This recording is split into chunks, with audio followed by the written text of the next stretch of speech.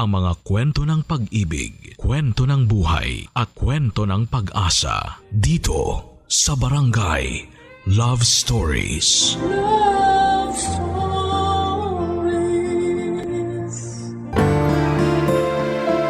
Ang panahon ngayon ay ang tinaguriang digital age.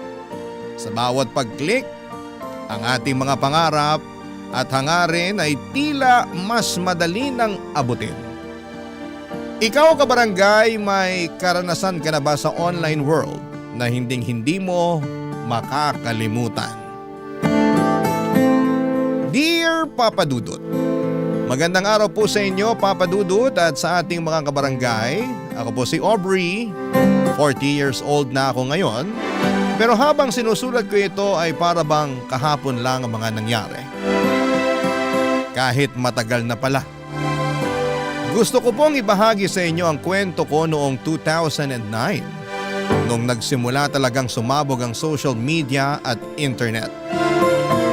Habang nakikita ko kung gaano na ka-advance ang teknolohiya ngayon, naalala ko pa noong mga panahong kailangan pa naming pumunta sa internet shop para namang makapag-online.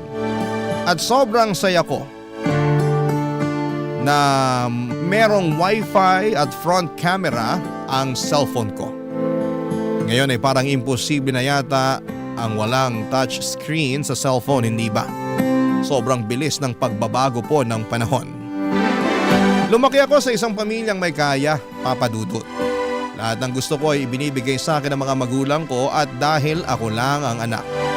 Parang ako lang yung may special treatment. Salamat na rin sa negosyo nila. Pero tulad ng kasabihan, ang buhay ay parang gulong. Hindi laging nasa itaas. Naghiwalay po ang mga magulang ko at sobrang sakit noon para sa akin. Mas lalo pang naging mahirap noong pagkatapos ng 3 buwan ay napilitan kaming isara ang family business naming restaurant dahil si mama ay na-depress. Nung iniwan siya ni daddy para sumama sa ibang babae. Dahil dito ay naapektuhan po ang buong buhay namin. Ng mga panahong yon ay hindi ko pa naiisip kung gaano kabigat ang pinagdadaanan ni mama. Hindi lang sa pera kundi pati na rin sa emosyon. Ang tanging naiisip ko na lamang noon ay galit.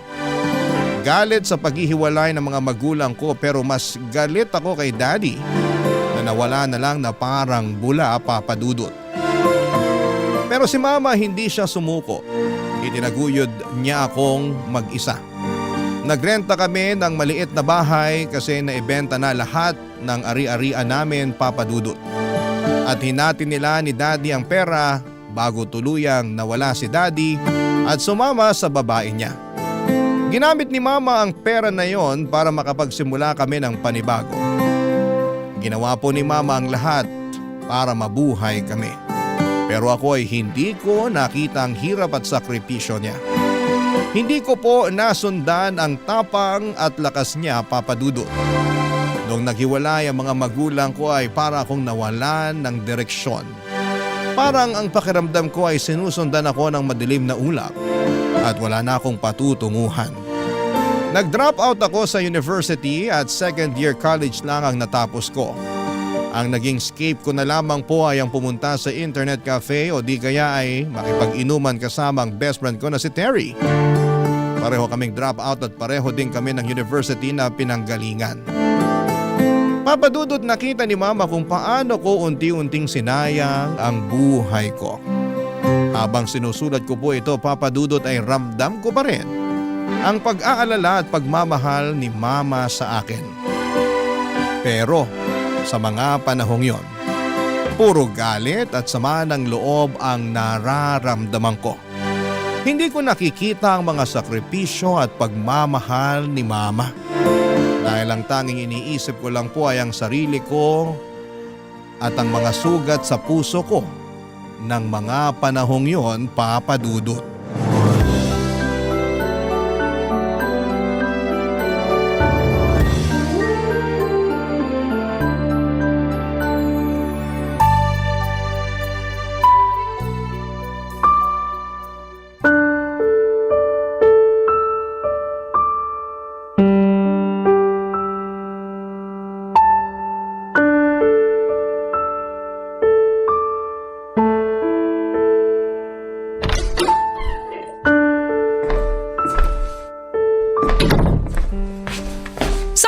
galing? Ba't ngayon ka lang? 10 oras na ng gabi, Aubrey. Papatayin mo ba ako sa nervyos, babae ka? Kanina pa ako tawag ng tawag at text ng text sa'yo pero hindi mo sinasagot yung cellphone mo. Ma, pwede ba? Tigilan mo muna ang pananermon mo sa akin. Bukas mo na lang ituloy yan, Ma. Masakit na kasi ang ulo ko eh. Gusto ko na muna magpahinga. Magpapakapagod ako maghanap ng trabaho buong araw habang ikaw lakwatsa ka ng lakwatsa. Hanggang kailan mo ba sisirain ang buhay mo, ha, Aubrey? Pinagbigyan na kita mag-drop out dahil naiintindihan ko na nahihirapan ka sa pagkawala ng papa mo. At naninibago ka sa bagong buhay natin. Pero sana naman, huwag mong abusuhin. Mag-isip ka. Baka dumating ang araw na pagsisihan mo habang buhay ang mga pinaggagawa mo ngayon. Nakakarindi na ho. Ma, ito lang ang sasabihin ko sa inyo ha. Sinanay niyo ako sa marangyang buhay. Hindi ko nakasalanan kung nagkakanda leche-leche at nagkakanda hirap-hirap tayo ngayon. At saka isa pa, hindi ko hiningi na ipanganak niyo ako, okay? Kaya sana, panindigan niyo naman ang mga desisyon niyo sa buhay. Bastos ka! Ang kapal na mukha mo para pagsalitaan ako ng ganyan? Oo, may karapatan ka masaktan kasi hindi mo kasalanan na nangyari sa amin ng papa mo. At hindi mo deserve na pagdaanan ng pakiramdam ng isang broken family. Pero Aubrey, hindi yun sapat na rason para bastusin mo ako ng ganyan. Sana makita mo kung gaano ako nagpapakahirap para sa'yo. Hindi pang habang buhay yung pera na nakuha ko sa benta ng mga lupa, lalo na ngayon na naghahanap pa lang ako ng trabaho. Tama na! Punong-puno na ako! Simula ngayon, kukunin ko na lahat ng ATM cards mo. At sa susunod na semester, mag-enroll ka na! Naintindihan mo? Panahon na para ayusin mo yung buhay mo! Wala kayong pake! Sobrang unfair niyo naman, Ma! Para saan pa at binigyan niyo ako ni Papa ng ATM cards kung babawiin mo rin lang naman pala? Isa yan sa mga pinakamalaking pagsisisihan ko habang buhay. Kung may babalik ko lang ang panahon, sana hindi ko na lang pinayagan na lumaki ka sa ganong klase ng buhay. Yung lahat ng luho mo nakukuha mo ng ganun-ganun lang. Kung nandito lang sana si Papa, hindi niya hayaang mangyari to. Tigilan mo ng kakabanggit sa papa mo kasi wala na siya rito para konsintihin ka pa. Ako na mismo puputol dyan sa sungay mo. Hindi niyo ako naiintindihan, Ma. Yung paglabas-labas ko, yung pagpunta ko sa mga bar, at yung pagpunta ko ng internet cafe, yun yung mga bagay na nagpapalimot sa akin kahit sandali sa mga nangyari sa pamilya natin. Bakit niyo haadlangan ng mga bagay na yon, ha? Yung mga bagay na nagpapasaya at nagpapawala ng lungkot ko. Naririnig mo bang sarili mo? Anong klaseng pangangatwiran niya, no, Aubrey? Hindi sapat na rason yung pag-iwan sa atin ng papa mo para sirain mong buhay mo. Buo na ang desisyon ko. Mag-e-enroll ka next semester at tatapusin mong pag-aaral mo. At ngayon na may ilang buwan ka pa bago ang enrollment, tutulong ka sa mga gawaing bahay habang pinag-iisipan mo ng mabuti ang kursong gusto mo talagang kunin. Para matapos itong usapan na to, fine! Pero paano yung ATM cards ko, Ma? Ibabalik mo pa ba? Kailangan nating magtipid, Aubrey. Bibigyan na lang kita ng allowance sa pasukan. Pero ilang buwan pa yon, Ma. Paano ako makakalabas niyan kung wala akong pera? Pwes, pumirmi ka dito sa bahay at magbasa ka ng libro. Hindi nakakatulong yung paglabas-labas mo sa mga gastusin natin. At isa pa, akala mo ba na hindi ko napapansin na natututunan mo na akong sagot-sagutin? Simula nung napapadalas na yung paglabas-labas mo? Kung sino man yung mga kaibigang mong yan, sinasabi ko sa'yo, putulin mo ng ugnayan mo dyan. Mapapasama ka lang. Ang dami niyong gusto mangyari. Eh di sige, mag-e-enroll ako next semester kung yun ang ikakasaya niyo. Mabuti naman kung ganon. Sige na, pumasok ka na sa kwarto mo. Noong mga panahong yun, Papa Dudut, ay wala talaga sa isipan ko ang mag-enroll sa susunod na semester. Sinabi ko lang yun para matapos na ang usapan namin ni Mama. Ilang linggo ang nakalipas, nakahanap si Mama ng trabaho bilang hotel manager. Gabing-gabi na siyang umuuwi kaya madalas akong mag-isa sa bahay. Para bang walang ibang kasama kundi ang mga tahimik na pader. Parang bigla na lamang naging mas tahimik at malungkot ang buong mundo ko. Wala na akong natatanggap na pera mula kay Mama kaya hindi ko na kayang makipagsabayan sa mga inuman. Kadalasan si Terry na lamang ang kasama ko at doon kami madalas magkita sa isang maliit na internet cafe. Siya nang nagbabayad kasi mura lang naman ang oras doon. Siya rin yung madalas na maglilibre at mag-aaya sa aking uminom. Si Terry na rin ang naging kasama ko sa mga araw ng pagtakas. Yung mga araw na gusto ko lang magpaka-busy at magpanggap na okay lang para hindi ko naisipin ang paghihiwalay ni na mama at daddy. At yung mabilis na pagbabago sa buhay na hindi ko kayang tanggapin. Tandang-tanda ko pa papadudot kung gaano kasaya ang social media ng mga panahong yon. May music pa na tumutugtog kapag tinitignan mo ang profile ng online friend mo at pwede mong palitan ang background ng profile mo. Para ako nakalutang sa isang maliit na mundo ng kaligayahan at distraction na hindi ko kayang bitawan. Kaya yun na yung naging libangan ko, ang mag-social media. Kung may babalik ko lang ang panahon ay sana doon na lamang natapos sa mga simpleng pagbabrowse ko sa internet. Hindi ko malilimutan papadudot kung ano ang nangyari noong weekend na yon. Day off ni mama at sarado ang internet cafe kaya sobrang bored ako noon. Niyaya ko si Terry sa bahay para magtsikahan. Sinabi ko kay mama na pupunta lang si Terry para pag-usapan kung anong kurso ang kukunin namin next semester. Hindi niya alam na si Terry pala ang kasama ko sa lahat ng mga gala ko tuwing tumatakas ako. Hindi ko rin inaasahan papadudot na may mangyayaring isang bagay sa araw na yon na magpapabago ng lahat sa buhay ko.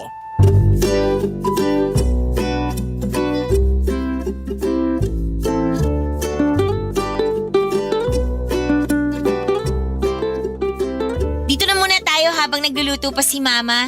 Yung remote ng TV nasa ibabaw ng cabinet. Mamili ka na lang ng gusto mong channel.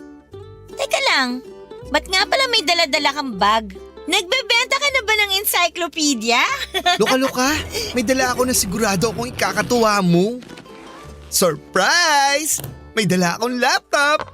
Shucks, buksan mo na yan, dali! Tapos palagi na ko ha, magpapalit ako ng background dun sa account ko. Nakakaumay din kasi yung pink na background sa account ko. Gusto ko violet naman.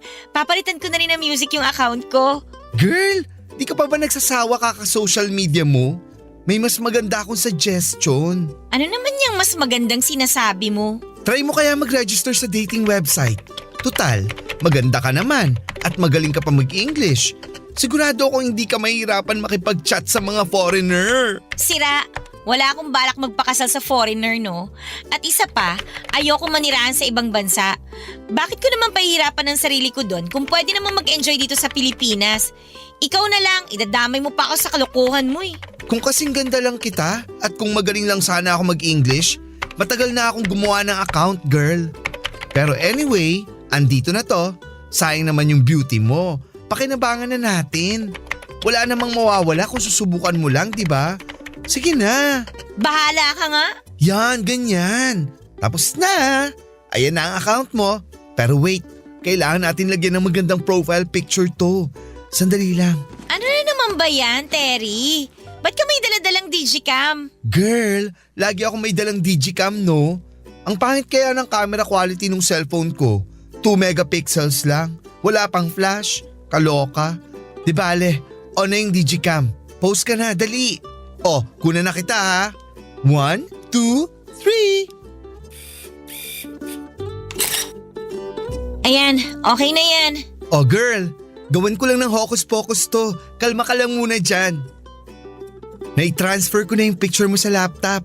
Na-update ko na rin yung profile picture mo. Ganda? Kain na! Ano bang pinagkakaabalahan nyo dyan? Wala to, Ma. Nag-research lang kami ni Terry ng magandang universities na pwede namin pasukan next semester. Tama yan. Importante na makapagtapos kayo ng pag-aaral. Mas marami kayong trabaho na pwedeng pagpilian pag nakapagtapos kayo. Yan ang lagi niyong tatandaan. O siya, kakain na tayo. Sumunod na kayo. Ay, si Mama talaga kahit kailan. Parang naglalakad na commercial. Storbo. Huy, may message ka.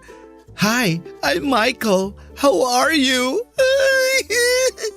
Grabe, nakaka-excite. Nako, panindigan mo yan ha. Sinabi ko naman sa'yo na ayoko mag-online dating, 'di ba? Girl, wag ka nang maarte. Replyan mo na. Sarap mo talagang batukan. Sige na, ito na. Magta-type na. I'm okay. Okay. And you? O yan, sent. Patingin nga.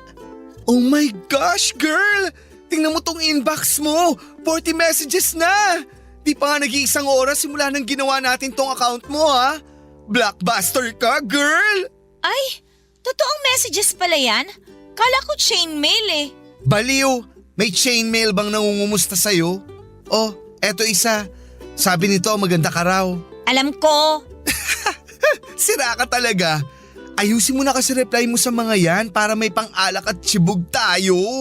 Ha? Ano ibig mo sabihin? Seryoso ka? Nagbibigay ng pera tong mga to? Girl, oo. Yan ang sideline ng mga kapitbahay namin. Huli ka na talaga sa balita. Isipin mo to ha, wala ka nang natatanggap na pera galing sa mama mo. Extra income din yan kung sakasakali. Magagawa mo na ang mga bagay na di mo magawa-gawa dati dahil hindi ka na nabibigyan ng allowance. Try mo lang. Makipag-chat ka sa mga yan. Tas bigyan mo ng magandang alibay. Masubukan nga. Tingnan nga natin. O eto. O, gusto raw makipag-video call para makita niya raw ang maganda kong muka. Ay nako, replyan ko. I'm sorry. My laptop webcam is broken. I don't have money to buy a new one. Sent! Malabo na mag-reply yan. Utu-utu na lang talaga magpapadala dyan. Aubrey! Terry! Hindi pa ba kayo nagugutom? Bumaba na kayo!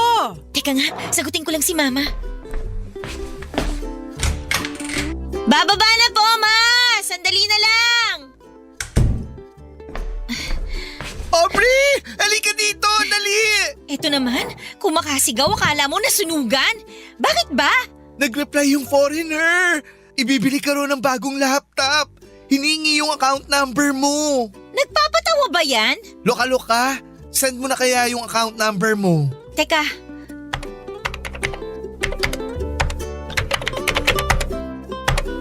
O yan, sent na. Mag-login ka sa online banking mo. Dali! Nang gabing yon, Papa Dudut, ay nakaramdam ako ng tinatawag nilang adrenaline rush. Yung halo ng excitement at kaba na hindi ko kayang kontrolin. Sinubukan kong pigilan pero tuluyan na akong nadala sa tukso ng pangi-scam. Lalo na noong madalas akong magpunta sa internet cafe. Yung 40 messages na natatanggap ko noong unang beses akong mag-online dating ay sobrang konti pa noon. Kasi noong sineryoso ko na ay halos 200 messages na ang natatanggap ko araw-araw, Papa Dudut. Nung una humihingi ako ng pera at nakakakuha ako ng $20, $30, $50 o $100 sa mga foreigner, Papa Dudut. At kadalasan ay tinutulungan pa ako ni Terry kung paano ko makuha ang atensyon ng mga foreigner at paano ko sila mahuhulog sa bitag ko hanggang sa magpadala sila. Yung mga perang nakukuha namin, yun ang pinangiinom namin ni Terry. Umiinom kami tuwing may naloloko kaming foreigner. Pero higit pa sa inuman, Papa Dudut, isa sa mga dahilan kung bakit ako lalong natukso sa pangi-scam ay dahil parang bumabalik na yung buhay ko noon. Papa Dudut, hindi ko na nararamdaman na naghihirap kami. Kasi sa bawat araw ay nagagawa ko na at nabibili ko na ang lahat ng mga bagay na gusto ko, Papa Dudut. Barangay Love Stories. Barangay Love Stories. Papa Dudut, lalong lumala yung panggagancho ko sa mga nakaka-chat ko online.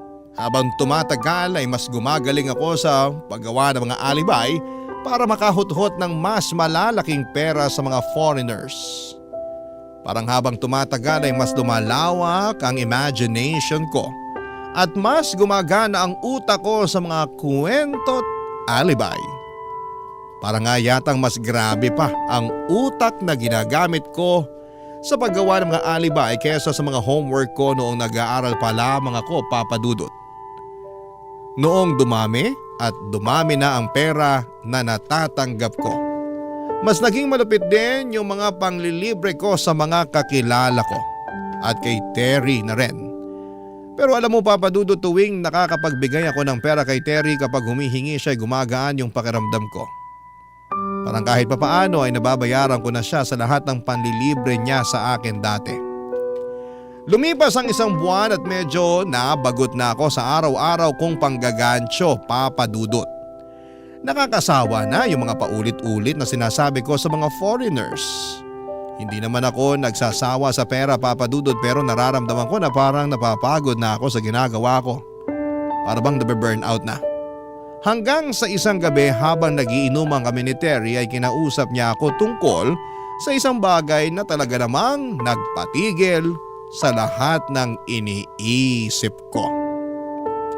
Tinanong ako ni Terry kung ready na daw ba akong magka-jowa in real life, Papa Dudut.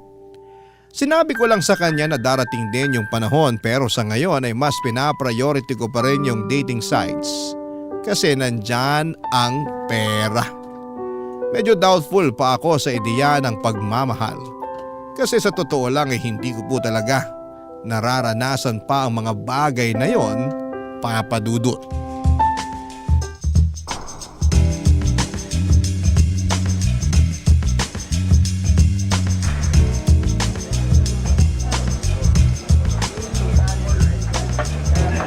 Girl, napaka-amazing naman itong treat mo. Dami mo ng datong. Oo naman. Kung anong meron ako, syempre meron ka rin, no? Yan ang gusto ko sa'yo eh. Cheers! Cheers, girl! Ako pa ba? Girl, wait lang ha. Check ko lang tong phone ko. Hala, nag-text yung nanay ko. Inaatake raw ng asma yung kapatid ko. Pasensya ka na, Aubrey. Kailangan ko na talagang umalis. Hala, ganun ba? Sayang naman, ang dami ko pang in-order na drinks at pagkain. Pero hindi rin naman kita masisisi. Sige na, umalis ka na. Salamat sa pag-intindi, girl. See you next time na lang, okay? Oh, paano? Maiwan na kita rito. Mauna na ako, ha?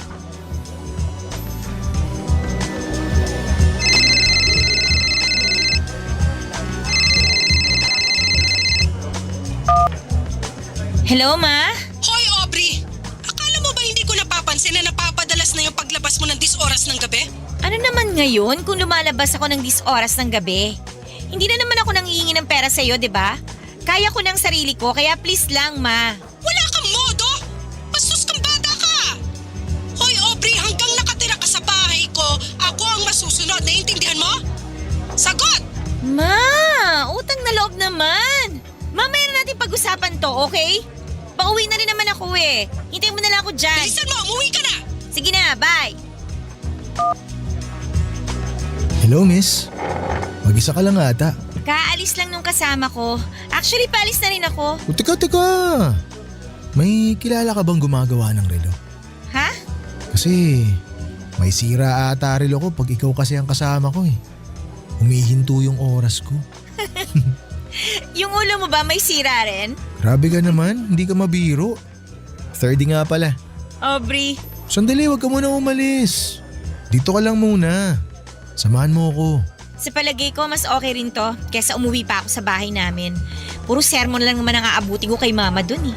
Magandang desisyon talaga na hindi ka muna umuwi. Tsaka isa pa, hindi ka na minor de edad para pagbawalan na lumabas. Mismo! Kaya ako naaalibadbaran kapag pinagsasabihan ako ng mama ko. Bakit? Ini-small ka ba ng nanay mo? Ha? Huwag kang mag-alala. Kasi ako, iniibig naman kita. Hoy, 30. Last mo na yan ha. Kaloka ka. Pero seryoso, ang gaan mo sa pakiramdam kausap. Parang matagal na tayo magkakilala. Sana magkita pa tayo ulit, no? Nawala ako kasi yung number ko eh. Pwede ko bang hingin yung sayo? Ayaw mong tumigil ha. Tao ka ba? Bakit? Naninigurado lang. Sakit mo naman magsalita. Ano ka ba naman? Joke lang. Akin na yung phone mo. Sasave ko yung number ko. Salamat. Text kita mamaya. Sige, no problem. Pero bago yun, pumunta muna tayo ng sementeryo. Alam mo, ikaw marami ka na yatang nainom eh. Bakit na naman? Kasi dadalawin natin yung puso kong patay na patay sa'yo. Pumunta pumunta ka mag-isa mo kasi uuwi na ako. Ha? Teka, akala ko ba yung pang umalis? No offense ha, pero sakit na kasi talaga ng ulo ko eh. Nakarami na rin kasi ako. Text mo na lang ako ha, okay? Ingat ka ha. O ito, sakto. May baso ng tubig dito. Inumin mo na muna. Para mabawasan yung sakit ng ulo mo. Tsaka sakto, may gamot din akong dala dito pampawala ng sakit ng ulo. Oh, ito. Sa'yo na. Salamat, ang sweet mo naman. Kahit ano para sa'yo, Miss Peanut. Peanut? Peanut, tibok mo kasi yung puso ko eh. Alis na nga ako. Makikinig na lang ako ng sermon ng mama ko. May iwan na kita dyan ha. Bye!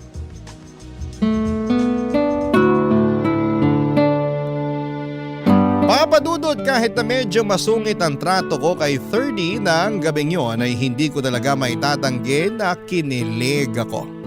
Talaga namang nagbago ang lahat nang magsimula kaming mag-text at magtawagan. Araw-araw niya akong pinapaalalahanan kung gaano ko kahalaga sa kanya. Unti-unti ay naiwan ko na yung buhay ko sa panggagancho dahil mas nakatutok na ako sa kung ano ang meron kami ni 30, Papadudot. Lumipas ang ilang buwan at sinagot ko na siya. Lalo na pagkatapos niyang manligaw sa akin araw-araw. Papadudot, parang mas gumaan yung pakiramdam ko. Kasi maliban sa pagmamahal na nararamdaman ko sa kanya ay binigyan ako ni 30 ng pera para sa mga gusto kong bilhin. At ang pinakamaganda pa doon, Papadudot, ay hindi ko na kailangang manggancho para lamang magkaroon ng pera. Hindi lang pera, pati flowers, chocolates, teddy bears. Lahat ng gusto ko, ibinibigay niya. Sinabi pa nga niya sa akin na hindi ko na raw kailangang magtrabaho kasi siya na daw ang bahala sa lahat ng pangangailangan ko. Pero Papadudot, hindi naging madali lahat ng ito. Ito na ang pinakamalaking pagsuway ko kay mama. Umalis ako sa bahay at nagdesisyon na makipag-live-in kay 30 sa boarding house niya. Sobrang tutol na tutol si mama sa desisyon ko at iniyakan niya pa nga ako. Pero sa kabila ng lahat ay naisip ko na kung aalis ako ay kahit papaano ay magkaka-freedom ako at mawawala na rin ng sakit sa ulo si mama. Nung una ay payapa ang pagsasama namin ni 30, Papadudot. Kung ano kami noong nililigawan niya pa lamang ako ay ganon din kami noong magkasama na kami. Pero Papadudot, habang tumatagal, unti-unti ko na rin nakikita ang hindi ka nais-nais na mga ginagawa niya.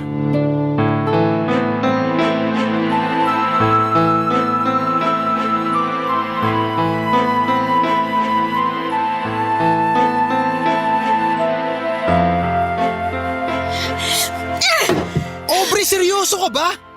Bakit binato mo yung cellphone ko? Para ka namang tanga eh. Sawang-sawa na ako sa kaka-online casino mo. Kahit yung 200 na nasa loob ng drawer ko, hindi mo na pinalagpas. Pati yon sinugal mo. Kailan ka ba matatauhan? Pagkasin na lang ang kinakain natin? Ang dami mong dada. Hindi naman ako nagkukulang sa pagbibigay ko sa'yo ng pera. Lahat naman ng kailangan mo na ibibigay ko, di ba? Hindi yun ang punto ko, 30. Ang punto ko, hindi sa simpleng laro o libangan lang matatapos ang lahat ng yan. Dadating ang panahon na malaki na ang nakataya. Ngayon, barya lang, oo. Pero sa susunod ano? Kotse? Bahay? Lupa? Hindi mo na namamalayan pati yung perang pangkain mo na ipusta mo na pala. Ganun kalala yan, 30! Huwag mo nang pansinin yung pagsusugal ko. Naibibigay ko naman lahat sa'yo ah. Tsaka mo na ako sermonan kapag wala na ako naibibigay sa'yong pera. Hoy Aubrey, huwag kang magmalines. Kasi katulad ko, alam mo na hindi ka rin perpekto. Anong ibig mong sabihin? Wala, I'm sorry. Huwag mo na isipin yun, hindi ko sinasadya. Nadala lang ako ng galit. Hindi ko na alam yung mga pinagsasabi ko, pasensya ka na. Babe, I'm so sorry. Patawarin mo ako. Ang sakit mo namang magsalita. Ba't pakiramdam ko ang init na ng dugo mo sa akin? Concern lang naman ako sa'yo ah. Babe, sorry. Promise, magbabago na ako. At para patunayan ko yun sa'yo, hindi na ako mag-online casino. Pangako ko sa'yo yan. Tsaka yung cellphone ko na binasag mo, kung gusto mo itatapon ko pa yun. Para hindi ko na ma-retrieve yung details ko dun sa online casino. Aubrey, babe, ikaw lang ang babaeng mahal ko. Magbabago ako talaga para sa'yo. Patawarin mo lang ako, please. Please, give me another chance. Ewan ko sa'yo. Mamaya na tayo mag-usap. Magpapahangin lang ako. Aubrey, sandali lang. Aubrey!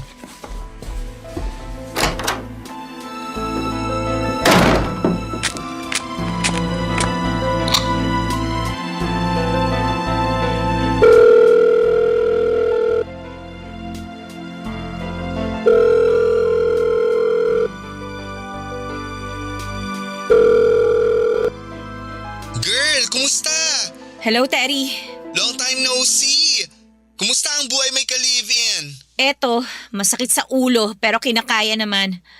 Kailangan ko lang talaga ng makakausap ngayon. Ikaw pa ba? I'm just here for you, girl.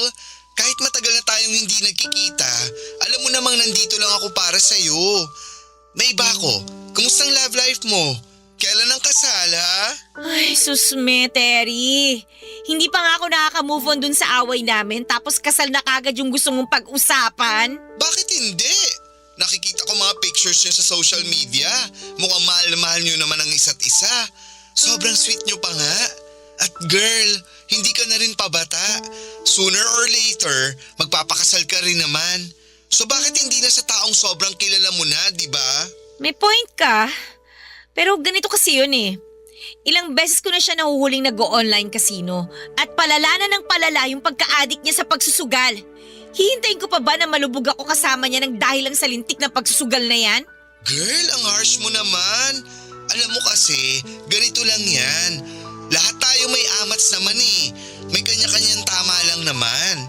Tingnan mo, dati nanggagansyo ka at pasaway ka sa nanay mo, di ba? Pero heto ka na ngayon. Nagbago ang lahat ng yun nung nakilala mo si 30. I think unfair naman kay 30, girl, if tatanggalan mo siya ng chance na magbago. Ay, kung sa bagay. Thank you at sinagot mo yung tawag ko.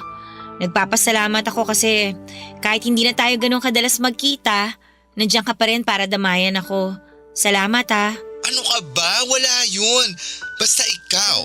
Sige na, girl, at may lakad pa ako. Bye. Babu ah!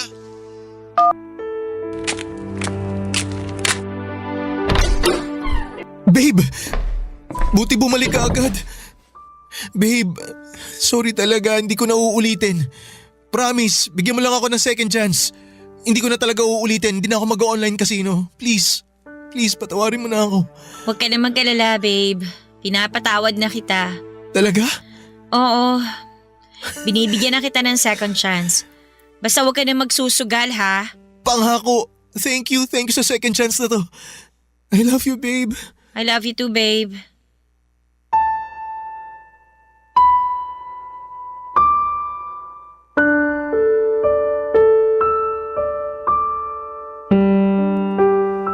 Papadudot pagkatapos ng matinding usapan namin ni 30 ay hindi ko na siya nakita pang naglalaro ng online casino. Naging mas maayos pa ang lahat at unti-unti ay bumalik sa normal ang mga araw namin.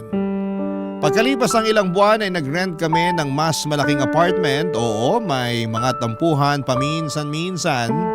Pero sa bawat pagsubok ay natututunan naming ayusin ang mga ito. Gaya ng karamihan sa mga may relasyon. 2 taon na ang lumipas, Papadudot, at sa kabila ng lahat ng pinagdaanan namin ay masaya pa rin kaming nakatira sa aming bagong apartment. Ako ay nanatili akong housewife habang si 30 naman ay patuloy na nagtatrabaho bilang call center agent. Aaminin ko, Papadudot, sobrang nanibago ako sa buhay namin.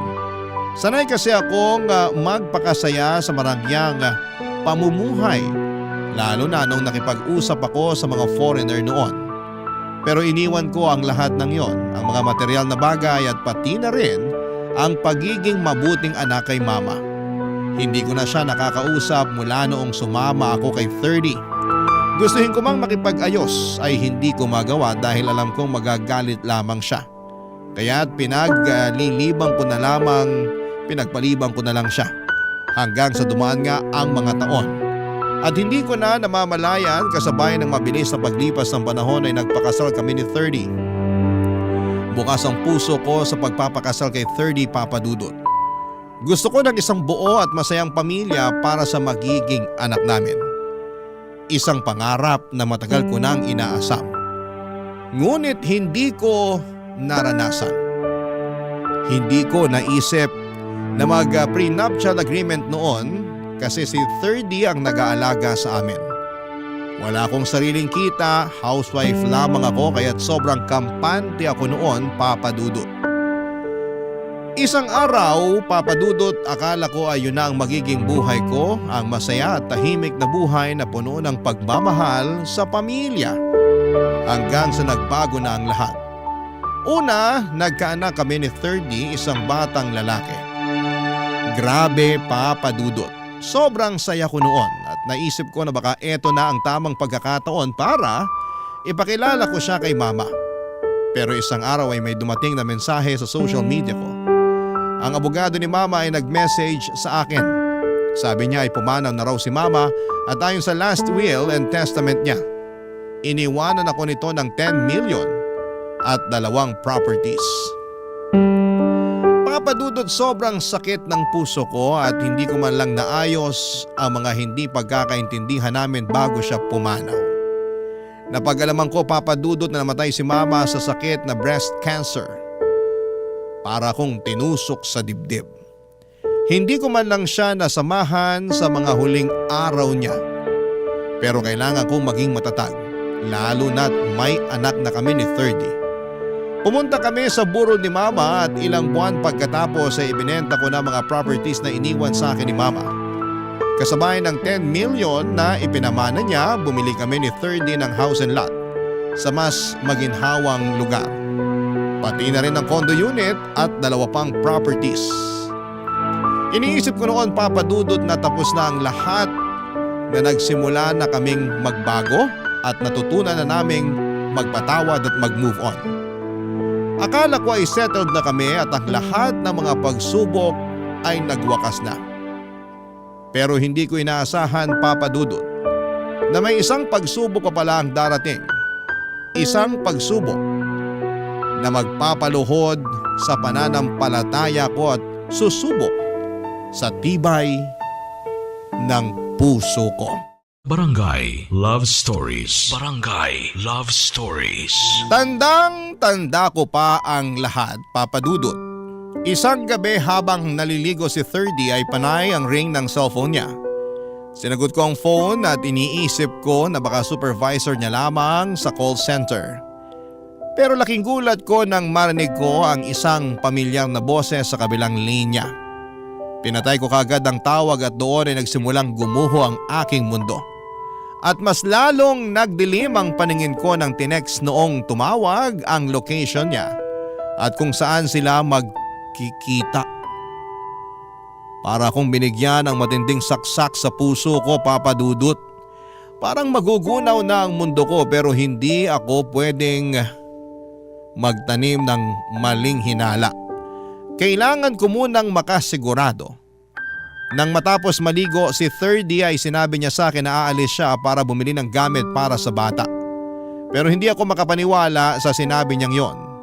May naramdaman akong hindi na tama. Kaya nung nakaalis na siya ay nakisuyo ako sa kapitbahay namin na bantayan muna ang anak namin. Pagkatapos noon ay nag-decide akong kumpirmahin ang mga suspetsa ko.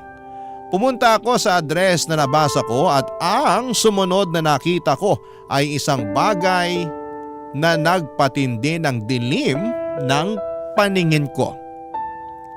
Isang bagay na magpapaalala sa akin ng lahat ng maling desisyon ko sa buhay.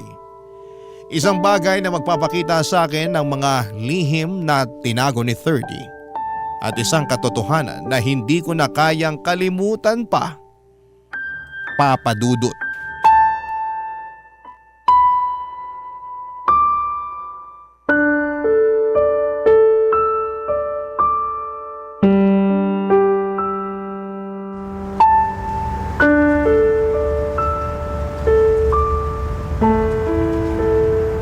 Hi, mahal! Buti naman at nakarating ka na. Akala ko di ko na makakapunta eh. Pwede ba naman yun? Siyempre pupuntaan kita. Pero di ako pwede magtagal, mahal ha. Gusto ko lang talagang ibigay ito sa'yo eh. Oh, Bagong cellphone? Salamat, mahal! maliit na bagay lang yan. May kasama na ring SIM card yan. Naset up ko na rin yung bagong phone mo. Nag-book na ako ng hotel para sa ating dalawa. Pakis nga. Ang kakapal ng mga mukha Aubrey? ninyo! Mga walang niya! Mga hayop kayo! Babe, anong ginagawa mo rito? Ang kapal ng mukha mo para tawagin ako, babe! Gano'n mo na ako katagal niloloko, ha? Pinagkatiwalaan kita, 30! Binigay ko sa'yo yung buhay ko! At ikaw bakla ka! All this time, nasa harapan ko lang pala ang ahas na sisira sa relasyon namin! Magpaliwanag ka! Kung hindi pagsisisihan mo na nahuli ko pa kayo! Aubrey, huwag kang mag-eskandalo dito. Nakakahiya sa mga tao. Pumasok tayo sa loob ng bar. Pag-usapan natin to ng maayos. Magkaibigan lang kami, Aubrey. Please lang. Tumigil ka na. Hindi ako... Kabet! Kirida! Ano ka ba talaga ng asawa ko? Huwag mo akong ginagawang tanga, ha? O ano? Hindi ka makapagsalita? Nahihiya ka sa mga tao dito? Pero hindi ka nahiya sa akin? Gaano mo na ako katagal niloloko, ha? Terry! Hindi ko akalain na magpapakababa ka ng ganito para lang makalimos ka ng konting pagmamahal galing sa lalaking may asawa na! Sa totoo lang, hindi ko na alam kung maaawa ako o mandidiri sa'yo eh! Walang iya ka! Salot! Parusahan ka sana! Isa kang malaking sawa! Sabihin mo sa akin ang totoo! Gano'ng katagal ka nang nilalawayan itong asawa ko? Sumusobra ka na. Masyado ka nang masakit magsalita. Para lang malaman mo, wala akong inaahas sa'yo, Aubrey. Kasi, naging kami na ni 30 bago pa man kayo nagkakilala. Terry, wag mo nang patulan! Tumahimik ka na! Hindi! Hindi tayo titigilan ng babaeng to hanggat hindi niya naririnig ang gusto niyang marinig. Gusto mong malaman ang buong katotohanan? Pwes, ibibigay ko na sa'yo. Walang labis, walang kulang. Nung una, oo, masaya pa ako para sa'yo nung tinutulungan kitang manloko ng mga lalaki sa dating sites. Pero hindi ko inakalang aabot sa puntong kumikita ka na ng limpak-limpak na pera mula sa mga foreigner na ginagancho mo noon.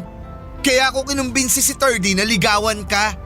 Naaalala mo ba yung gabing iniwan kita sa bar? Doon nagsimula ang lahat. At ngayong alam mo na ang totoo, pwede bang tigilan mo na ako? Umalis ka na. Hoy bakla! Paano mo nagawa sa akin to, ha? Hindi ako nagkulang sa'yo bilang kaibigan mo, traidor ka! Kinailangan mo ba talagang sirain ang buhay ko para lang makahutot ka ng pera? Hindi ko balak noon na sirain yung buhay mo, Aubrey. Ang gusto ko lang noon ay yung maranasan ko naman yung mga tinatamasa mong pera sa mga foreigner nang dahil na rin sa tulong ko. Hindi ko akalain na iiwanan mo ang nanay mo, makikipag-live-in at magpapakasal ka dito kay 30. Pinaikot at pinaglaruan ninyo ako! Nagmukha akong bobo at tanga sa ginawa ninyo sa akin! Babe, I'm sorry! Hoy Terry, itong tatandaan mo. Kung nasikmura ng lalaking to na pagtaksilan ako, hindi malabong gawin niya rin yun sa'yo. Hindi na ako magtataka kung may ibang babae pa yan o iba pang baklang nilalawayan. At ikaw hayop na lalaki ka? Tapos na tayo! Babe, wag mo naman gawin sa akin to. Oo, nagkamali ako, pero wag mo naman sanang hayaang masira tayo ng dahil lang dito. Magagawan pa natin ang paraan to. Hindi ko na masisira ang matagal ng sira, 30! Uy na lang yan, iniwan ko ang nanay ko para lang makasama ka, hayop ka! Habang buhay kong pagsisisihan ang pagkatanga ko sa mga taong walang ibang ginawa kung hindi ang traidorin ako ng harap-harapan! Babe, promise, palagpasin mo lang to. Magbabago na ako. Maniwala ka sa akin. I'm really sorry. Napakarami mong pagkakataon para hiwalayan yung baklang yan! Nagkaanak na tayo't lahat-lahat! Pero hindi mo pa rin hiniwalayan yan! Magsama kayo ng baklang yan! Aubrey, sorry talaga. Sorry. Hindi ka humihingi ng tawad dahil nagsisisi ka! Humihingi ka ng tawad dahil nahuli ko kayo! Mahal, hayaan mo na nga yan. Napakinabangan na natin siya. Hindi na natin mapeperahan yan. Oh, umalis ka na nga dito, Aubrey. Narinig mo na ang gusto mong marinig, di ba? Ang dami mong pang sinasabi. Terry, saan ba ako nagkamali? Ha? Uulitin ko. Hindi ako nagkulang sa'yo bilang kaibigan mo. Wala akong ipinagdamot sa'yo. Aaminin ko, naiinggit ako sa'yo noon, Aubrey. Kasi habang nagpapakasarap ka sa perang hindi mo pinagpaguran, kinailangan ko pang maghanap ng sideline para lang magkapera. Napaka-unfair. Sa tingin mo ba sapat na sa akin yung panlilibre at pagbibigay mo sa akin ng kakarampot na pera? Hindi, Aubrey. Kinailangan ko maghanap ng paraan kung paano magkapera. Wala akong choice dahil di ako kasing ganda at talino mo. Kung tutuusin nga, dapat magpasalamat ka pa sa akin. Kasi minsan mo na natikman ang marangyang buhay nang dahil na rin sa tulong ko. Sakim ka! Gahaman ka! Ang kapal ng mukha mong bakla ka! Yung perang nakuha mo sa akin dahil sa panunulsol mo kay Thirdy, abulay ko na yan sa'yo! Namnamin mo na kasi hindi nyo na ako maloloko! Kung sa bagay, hindi rin naman kita masisisi kung nagawa mo man ang lahat ng yon. Dahil walang foreigner na magkakamali magkagusto sa'yo at magbibigay ng pera kasi kung ano man ay kinapangit ang ugali mo, yun din ay kinapangit ang mukha mo! Hoy! Sagad na ang pasensya ko sa'yo ha! Teka Terry, gets ko na nakikipagsigawan ka sa kanya. Nakikipagmataasan ka ng boses. Pero wag na wag mong sasaktan si Aubrey. Nanay pa rin siya ng anak ko. Wala ka ng pamilyang babalikan, Thirdy! Hindi ka pa ba masaya? O ngayon, hindi mo na kailangan magtago at pagtakpan ng mga kahiyupan ninyo! Magsama kayo ng bakla mo! Papadudot, siguro yun na yung pinakamasakit at pinakamatinding pagsubok na naranasan ko sa buong buhay ko. Hindi ko kayang ipaliwanag kung gaano kahirap, kung gaano kasakit. Ang sakit na makita mo yung mga taong minsan mong pinagkatiwalaan. Yung mga akala mong magiging kasama mo sa hirap at ginhawa ay sila pa. Yung magtataksil sa'yo at sasaktan ka ng ganon. Yung mga tao na minsang nagsumpa na magiging tapat sa'yo. Sila pa yung magbibigay ng sugat na hindi mo alam kung paano at kailan gagaling. Nang mga panahong yun ay pakiramdam ko ay wala na akong halaga. Parang gusto ko na namang maglaho na parang bula. Sobrang tanga ko pala. Hindi ko man lang naisip na yun na pala ang ginagawa nila sa akin, yung pagpapanggap nila, yung mga kasinungalingan, at yung mga pagtataksil. Hindi ko akalain na ganon ang magiging ending. Minsan ay hindi ko tuloy malaman kung sino ba ako, kung may halaga pa ba ako sa mata ng ibang tao. Pero sa kabila ng lahat ng sakit ay may isang bagay na nagbigay sa akin ng lakas. Ang anak ko.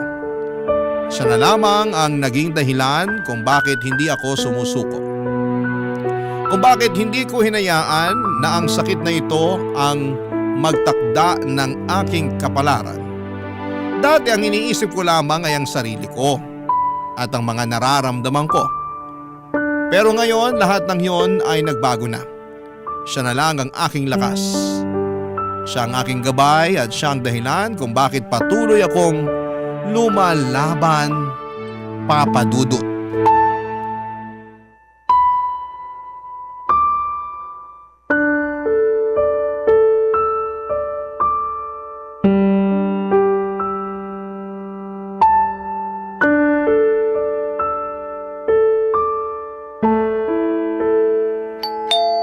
Sino yan? Sandali lang. Aubrey, Anong ginagawa niyo dito? Umalis na nga kayo. Wala akong balak makipag-usap sa inyo. Kasi sigurado akong wala akong magandang sasabihin sa inyong dalawa. Hindi kami pumunta dito para makipag-away sa'yo. Aubrey parang awa mo na. Gustong gusto ko na makasama yung anak ko. Ang lakas naman ng loob niyo para makipagkita pa sa akin. Saan ba kayo humuhugot ng kapal na mukha para kausapin ako, ha? Aubrey naman, labas yung bata sa away natin. Ako pa rin ang tatay niya. Hindi mo siya pwedeng ipagkait sa akin. Huwag na huwag mo idadama yung bata sa problema nating dalawa. Sa problemang ginawa mo, ano ka, sinuswerte? 30, 2 years old pa lang yung bata. Kahit sa ang korte pa tayo magpunta, automatic na sa akin ang custody ng bata. At saka isa pa, paglaki ng anak mo, anong ituturo mo sa kanya? Kung paano maging manloloko? Kung paano maging masamang asawa? Sa akin ang bata hanggang mag-18 siya. At sa mismong araw na yun, sasabihin ko sa bata lahat na nangyari. Wala akong dadagdag o ibabawas sa mga ikukwento ko. At nasa kanya na lang yon kung gugustuhin niya na makilala ka bilang ama niya. Hindi ko siya pipigilan, 30. Wag mo naman sanang idamay ang anak niyo sa personal na galit mo sa amin. Manahimik kang bakla ka! Hindi kita kinakausap. Aubrey, kailangan pa rin yan ng tatay. Hindi bali nang walang ama ang anak ko. Basta hindi lang siya magkaroon ng isang ama na kagaya mo. Kaya kong buhayin at ibigay ang lahat ng pangangailangan ng bata nang walang kahit anumang tulong galing sa'yo. Napakayabang mo namang babae ka. Ano ba pinagmamalaki mo? Ha? Kayang-kaya ko rin naman buhayin yung anak ko nang walang suporta mo ah. At ano ipapakain mo sa kanya? Pera na galing sa panggagancho? Huwag kang mag-alala, 30. Hindi kita pagbabawalan na kausapin ng bata. Pero hindi ako papayag na manatili ang bata sa poder mo. Ganyan na ba talaga katigas ang puso mo, Aubrey? Bakit, Terry? Nakalimutan mo na ba? Sa'yo nagsimula lahat ng kaguluhang to. Siguro nga ibang takbo ng buhay ko kung hindi kita nakilala. Panahon na para magpakatino ako. At sisimulan ko yun sa pamamagitan ng pagputol ng ugnayan ko sa inyong dalawa. Ayokong lumaki ang anak ko na tulad nyo. At mas lalong ayoko maimpluwensya ng anak ko ng mga taong katulad ninyo. Gaya ng ginawa nyo sa akin dati. Aubrey, tama na. Ibigay mo na lang sa akin yung bata para matapos na to. At anong akala mo sa anak ko? Tuta na pwedeng ipamigay ng ganun-ganun na lang? At anong balak mo, ha? Magbahay-bahayang kasama ang kabit mo? At talagang idadamay niyo pa ang anak ko sa kabaklaan ninyo? Isang beses pa na tawagin mo akong baklang kabet, makikita mo talaga ang hinahanap mo. Talaga ba, Terry? Baka nakakalimutan mo na nasa teritoryo kita. Huwag mo akong susubukan. Pwedeng-pwede kitang kasuhan ng trespassing at ipadampot sa mga pulis na parang aso kung talagang gugustuhin ko. At siya nga pala, huwag kang mag-alala, Terry. Nag-file na ako ng annulment. Gusto ko nang putulin ang ugnayan ko sa inyong dalawa. Hindi ako papayag, Aubrey. Hindi ako papayag sa gusto mo. Wala akong pipirmahan na kahit na anong papeles. So balak mo talagang makipag-live-in dyan sa baklang yan habang kasal pa rin tayo?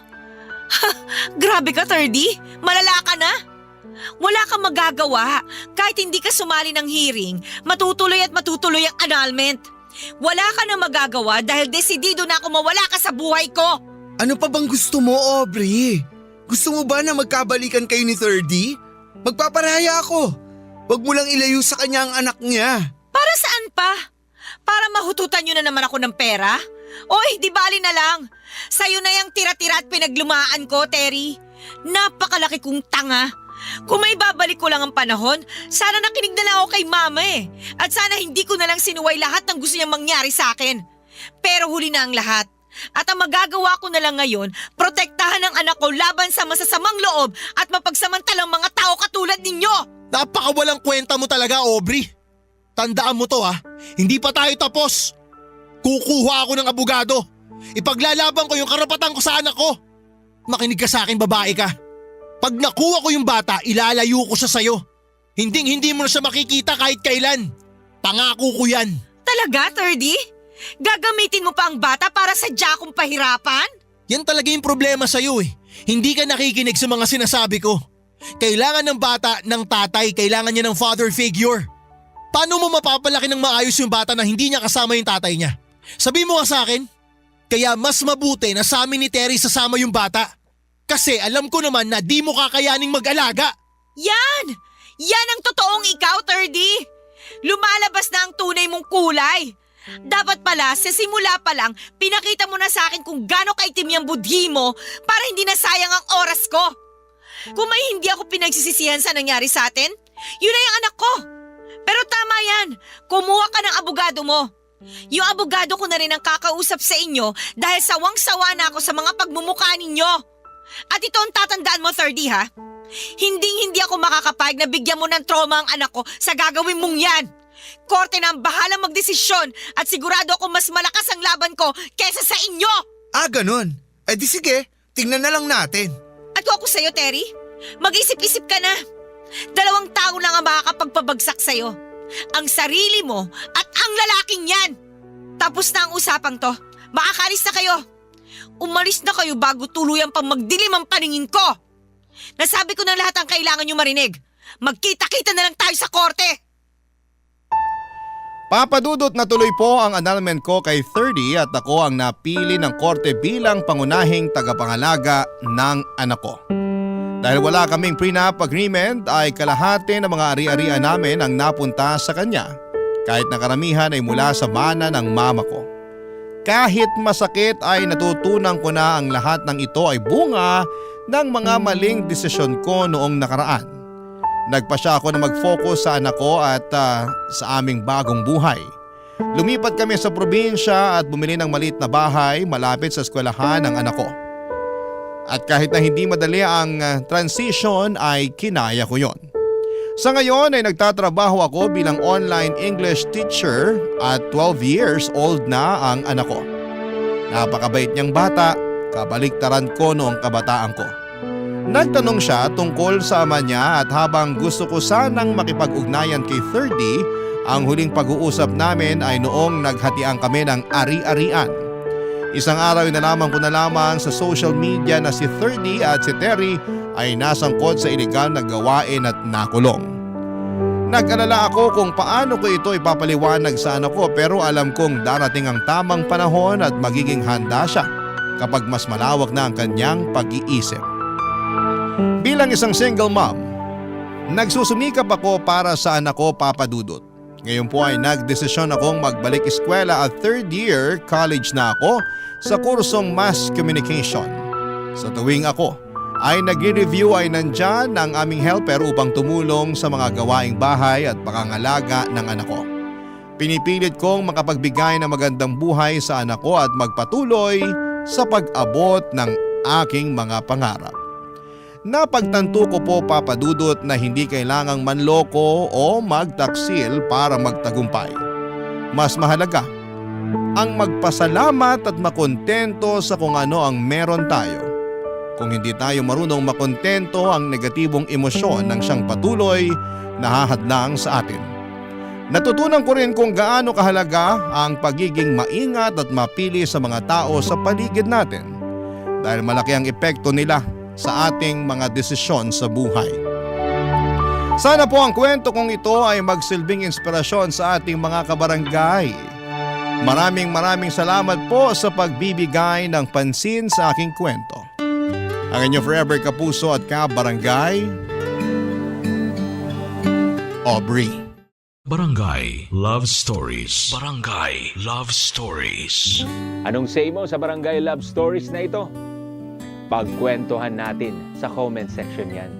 Nagustuhan ng iyong napakinggan? Ituloy yan via live stream sa www.gmanetwork.com/radio.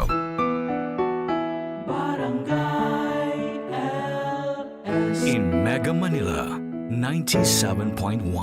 Forever. Barangay Love Stories. Love Stories. Nasisira ng isang pagkakamali ang tiwala ng isang tao kahit na hindi ito sinasadya. At napakasakit nito lalo na kung ang nagkasala sa iyo ay ang pinakamamahal mo. Ikaw, kabarangay, gaano ka kahandang magpatawad at magbigay ng second chance sa taong minsang dumurog sa puso mo?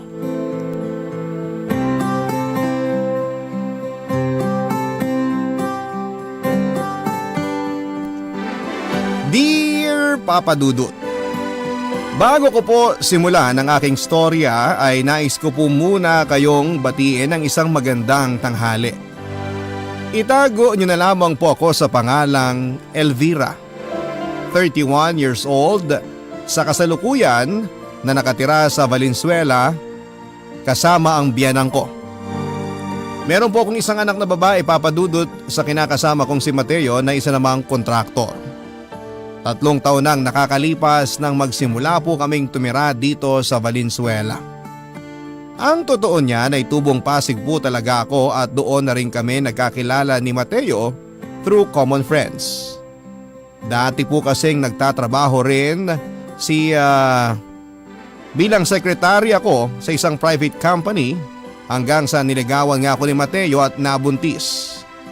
Nanirahan po kami sa isang paupahang kwarto sa Pasig hanggang sa nakapanganak na ako, Papa Dudut. Mahirap na masarap ang maging nanay. Pero masasabi ko na napaka-challenging pa rin ang magkaroon ng live-in partner na katulad ni Mateo.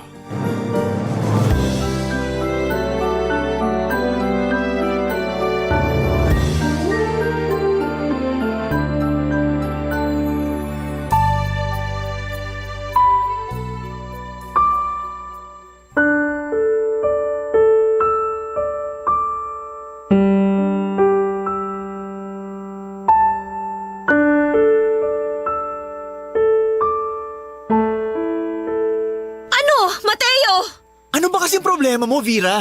Kakapasok ko pa lang ng bahay, nakaangil ka na. Aba, ano ba sa palagay mo ang dapat maging reaksyon ko? Matuwa sa'yo? Pwede ba? Tingnan mo nga kung anong oras na. Pasado 1:00 na ng tanghali. Mabuti na isipan mo pang umuwi rito sa bahay natin. Ano, nagutom ka kaka-basketball mo? Hindi ko maintindihan sa'yo kung bakit ang init-init ng ulo mo. Samantalang nagre-relax lang naman ako sa labas kasama ng mga tropa ko. Ikaw nang may sabi. Nagbabasketball lang naman kami, di ba? Ano ba masama dun? Walang masama kung nagbabasketball ka. Ang masama yung halos tumambay ka na dun sa court at ubusin ang buong araw mo sa mga barkada mo. Mag-iisang linggo ka ng ganyan, Mateo. Umuwi ka na lang dito sa atin kapag nagugutom ka o kapag matutulog ka na. Ni wala ka ng panahon sa amin ng anak mo ah. Masyado ka namang OA, Vera. Anong walang panahon? Di ba nung isang araw magkakasama pa tayo ng anak natin? Nag-mall tayo at kumain din tayo sa labas. Tapos kung makapagsalita ka, akala mo pinababayaan ko na kayo. Hoy! Para sabihin ko sa'yo, hindi hamak na mas marami ang oras na ginugugol mo sa labas kaysa sa amin dito. Aba Mateo, kasi sikat pa lang ng araw, nandun ka na nakabalandra sa kalsada. Ewan ko sa'yo. Ang liit-liit na bagay pinapalaki mo. Wala ka pa magawa sa buhay mo, Vera? At trip na trip mo talaga akong awayin? Nakakasawa na, alam mo ba yun? At ikaw pa talaga may ganang manawa, ano? Bakit? Naisip mo ba na tanungin ang sarili mo kung bakit ako nagagalit sa'yo? Malamang hindi, kasi manhid ka. Oras mo lang naman ang hinihingi namin ng anak mo, pero napakadamot mo pa. Akala mo ba gustong-gusto ko na palagi nagbubunga nga sa'yo? Syempre hindi! Kaya nga sa abot na makakaya ko, iniintindi kita. Pero ako, naiintindihan mo ba ang pinanggagalingan ko? Gusto mo yung palagi ko kayong kasama ng anak mo, ganon. Paano naman yung iba? Yung pamilya ko, yung mga tropa ko. Siyempre miss din namin ang isa't isa kaya normal lang na makipagkita ako sa kanila. Pati ba naman yun, kine-question mo pa? Masyado mo naman yata ako kinokontrol, Vera. At saan naman ang galing yan, Mateo? Naisip ko lang. Ganyan din kasi yung mga possessive na karelasyon ng mga tropa ko. Kaya ayun, hindi nakataka-taka kung nagsawa na sila. Sinasabi mo bang ganong klaseng tao ako? Ah! Ano ba, Vera? Kapal na Tumigil mukha ka nga! mo! Nasasaktan ako! Siraulo ka talaga! Ikaw ang siraulo sa ating dalawa! Alam mo, mabuti pa nga siguro doon ka na lang sa labas kasama ng mga barkada mo eh! Maglaro kayo ng basketball hanggang sa lumaylay ang mga dila ninyo! Total mas mahal mo naman sila kaysa sa amin ng anak mo eh! Kaya bahala ka na sa buhay mo! Buwisit ka! Pwede ba? Huwag ka nga masyadong madrama dyan! Hindi ako madrama! Ikaw ang walang pakiramdam! At dahil isang kontraktor ay madalas kong saang-saang lugar na didestino si Mateo Papadudut. Ang pinakamalayo na nga po ay ang bandang Visayas at Mindanao. Depende sa laki at tagal ng project nila. Bago kami magkakilala ay pabalik-balik na siya noon sa Manila at Cebu. Nang magkabibi naman po kami bagaman hindi na tawid dagat ay madalas pa rin na nasa malayong lugar ang kinakasama ko dahil nga sa trabaho niya. Mabait naman po si Mateo Papadudut. Bukod doon ay good provider din siya, maayos at nagwo-workout naman ang relasyon namin bilang live-in partners kahit na LDR kami. Pero sa kabila ng lahat ay nagawa ko pa rin pong maging unfaithful sa kanya, Papadudut.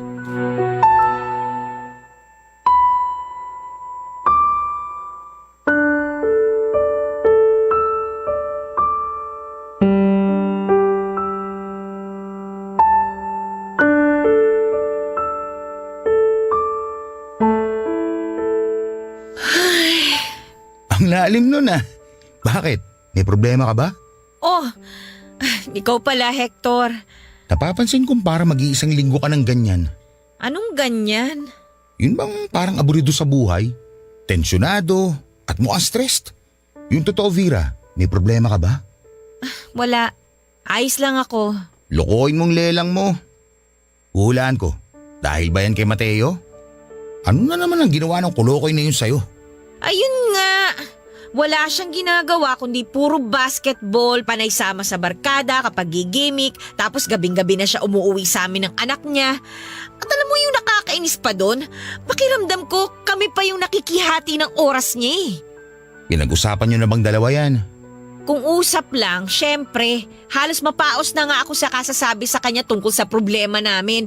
Kaso lagi niyang kinakatwiran na hindi naman niya kami pinababayaan. Kaya wala akong karapatan na sitahin siya sa kung ano man yung gusto niyang gawin sa oras niya.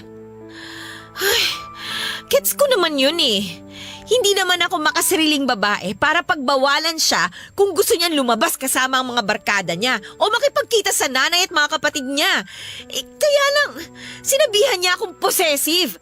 Sinabihan niya akong siraulo. Kahit na ang gusto ko lang naman magkaroon din siya ng mahaba-habang oras sa aming mag-ina. Tapos, kung pagsalitaan pa niya ako, parang hindi ako yung nanay ng anak niya eh. Oh, Vera, huwag ka nang umiyak. Ay, napakagago talaga ng Mateo na yan. Bakit ganyan niya kayo ituring ng anak mo? Base sa mga kwento mo, para siyang binata umasta. Ganun na nga. Minsan nagsasawa na lang ako magsabi sa kanya kasi lumalabas na parang totoo nga yung sinabi niya sa akin eh. Totoo nga, Lin. Yung possessive ka? Aba, normal lang yun. Kasi nga, bibihira lang naman siya kung umuwi sa inyo. Dapat nga mas naiintindihan niya kung namimiss siya na mag-ina niya. Dapat, kayong dalawa ng anak mo ang mas pagtuunan niya ng oras. Kasi kayo ang pamilya niya. Ay. Alam mo, Vera, hindi mo deserve ang ganyang lalaki. Bakit? Ano bang deserve ko, Hector? Siyempre, yung lalaki na hindi gaya ng kinakasama mo. Dapat sa katulad mo, inaalagaan, minamahal at iniingatan. Hindi sinasaktan at binabaliwala. Buti ka pa naisip mo yan. Si Mateo, ewan ko ba? Habang tumatagal pakiramdam ko, mas nagiging malayo kami sa isa't isa. Dati okay naman kami eh. Napag-uusapan naman namin yung lahat ng bagay ng walang bangayan o sigawan. Kaya ngayon, hindi ko alam kung ako ba o siya ba yung may problema. O baka pareho na kami. Lahat naman ng nasa relasyon dumadaan sa ganyang pagsubok. Kaso nakakasawa na eh. Nakakapagod na. Mabuti pa hayaan mo na lang muna ang mga bagay. Kung pipilitin mo kasing solusyonan ng isang problema kaagad, baka imbis na maayos maging malala pa. Kaya kung ako sa'yo, hindi na ako masyado mangungonsimi kay Mateo. Pabayaan mo siyang ma-realize sa mga pagkukulang niya sa inyong mag-ina. Lalong-lalo na sa'yo, Vera. Sana lang pag dumating yung araw na yun, hindi pa uli ang lahat para sa inyong dalawa. Salamat sa pakikinig mo sa problema ko, Hector, ha? Sus, wala yun. Nako, tigilan mo na muna ang drama mo dyan at magmerienda tayo doon sa pantry. Tara, dinalhan kita ng paborito mong pizza at lasagna. Ako mismo gumawa ng mga yun para talaga sa'yo. Ay, nag-abala ka pa talaga. Sakto, kasi kanina pa ako nagugutom. Nga pala, Vera, sa susunod, iwan mo na lang muna sa bahay niyo ang problema mo. Lalo na dyan kay Mateo. Para hindi ka nagkakaganyan. Ay, mukhang tama ka dyan. Susubukan kong gawin niyang sinabi mo.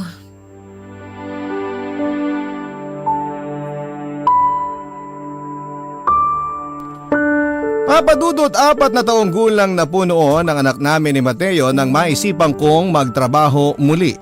Matapos ko kasing manganak ay nag-resign ako sa dati kong pinapasukan para mag full-time mom. Wala naman po akong pinagsisisihan sa desisyon kong yon dahil nasusubaybayan ko ang paglaki ng anak ko. Kaya lang ay aminado po ako na nakakaramdam ako ng pananawa. Tandang-tanda ko pa na pinagtalunan pa namin ni Mateo ang kagustuhan kong magtrabaho muli kesyo kaya naman daw niya kaming buhaying mag-ina. Kaya lang aminado po ako noon na kinaiinipan ko na ang pagiging taong bahay. Kaya nga nang sumang-ayon si Mateo matapos ang mahaba-haba naming diskusyon ay kagad kaming lumipat sa bahay ng nanay ko na taga Pasig rin para may mapag-iwanan ako sa anak namin. Doon ko na rin sinimulang maghanap muli ng mapapasukan at hindi nagtagal ay natanggap naman po ako sa isang private company bilang office staff at doon na nga nagsimula ang mabuting pagkakaibigan namin ni Hector na katrabaho ko. Mabait at maunawain, kay Hector ko po nahanap ang kalinga na hindi kayang ibigay sa akin ni Mateo dahil nga malayo kami sa isa't isa at bukod doon ay madalas pa kaming nagtatalo kesa nagkakasundo. Kaya hindi na rin po kataka-taka papadudot na nagsimula na nga akong mahulog sa katrabaho ko nang hindi sinasadya. Ang mga kwento ng pag-ibig, kwento ng buhay at kwento ng pag-asa. Nasa Spotify na Barangay Love Stories. Pakinggan kahit kailan, kahit saan. Barangay Love Stories sa Spotify. Kinig na, kabarangay!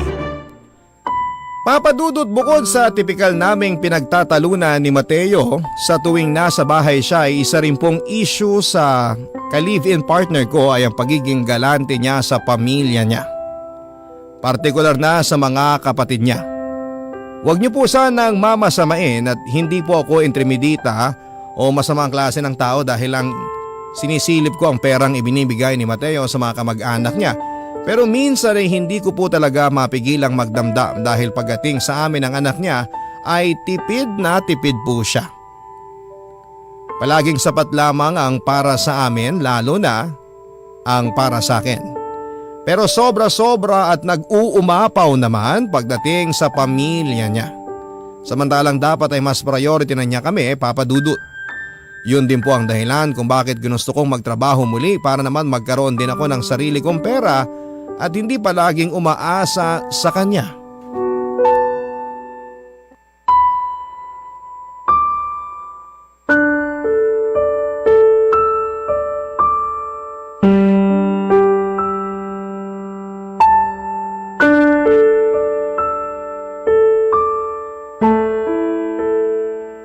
Ay, naku, paubos na palang gatas ng anak natin, Mateo.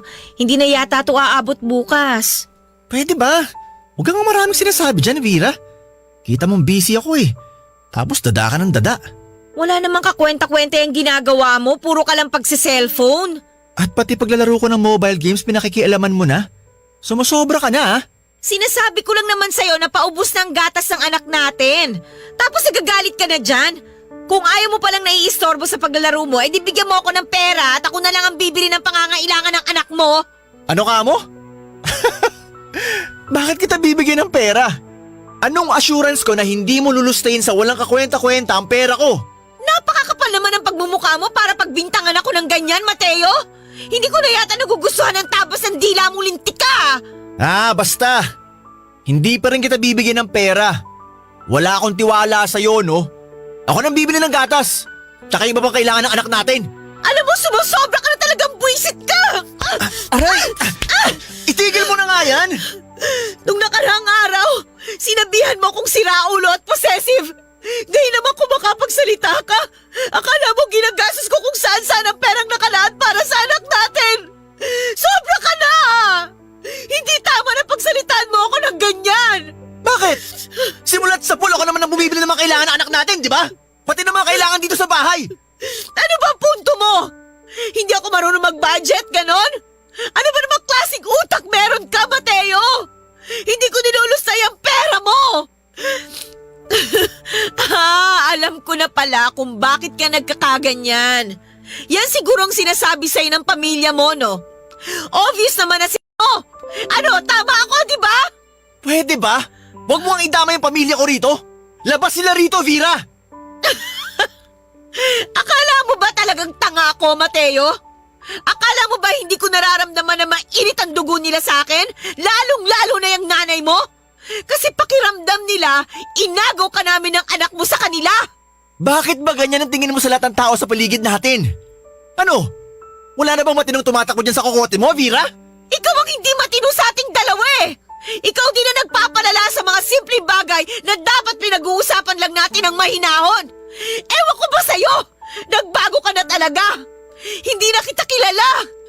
Hindi na ikaw yung dating lalaking minahal ko. Huwag mo nga akong linyahan ng ganyan. Wala tayo sa teleserye. Ikaw tong may problema sa ating dalawa. Masyado kang demanding. Masyado kang praning. Ba't di mo kaya subukan kumalma? Hindi yung oras-oras na lang mainit ang ulo mo sa akin.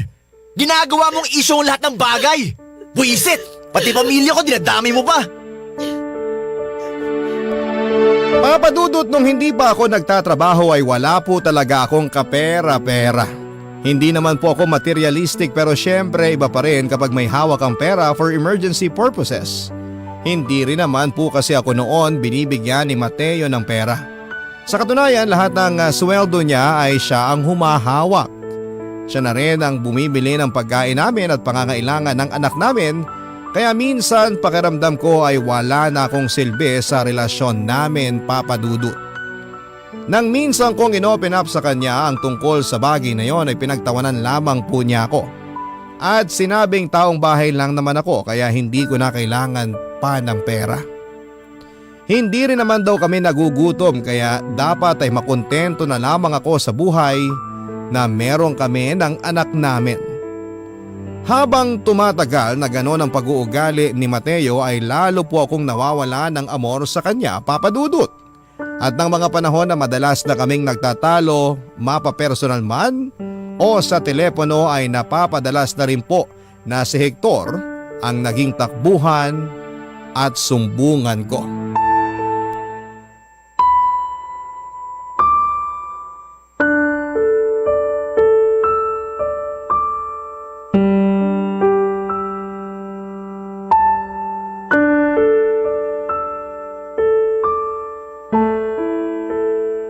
Sumusobra na talaga ang lalaki niyo sa mga pinagsasabi niya sa'yo, Vera. Mabuti na lang at destino ulit siya dahil kung hindi, baka masugod ko siya sa inyo at masapak sa muka. Ikaw talaga, Hector. Puro ka biro. Sino may sabi sa'yo na nagbibiro ko? Seryoso ako dun. Ang dapat sa bibig ng lalaking yun, pinapadugo. Hector, mali ba ako? Ang sa akin lang naman kasi, malalaki na yung mga kapatid niya. Pero kung babyhin niya, kala mo wala siyang sariling pamilya. Kung tutuusin, hindi naman yun ang unang beses na nag-away kami tungkol sa pagiging galante niya sa mga kamag-anak niya. Siyempre, wala namang masama doon, di ba? Pamilya niya yun. Kaso sana ilugar naman. Kung magpamudmud siya ng pera sa mga yon, akala mo napakayaman namin.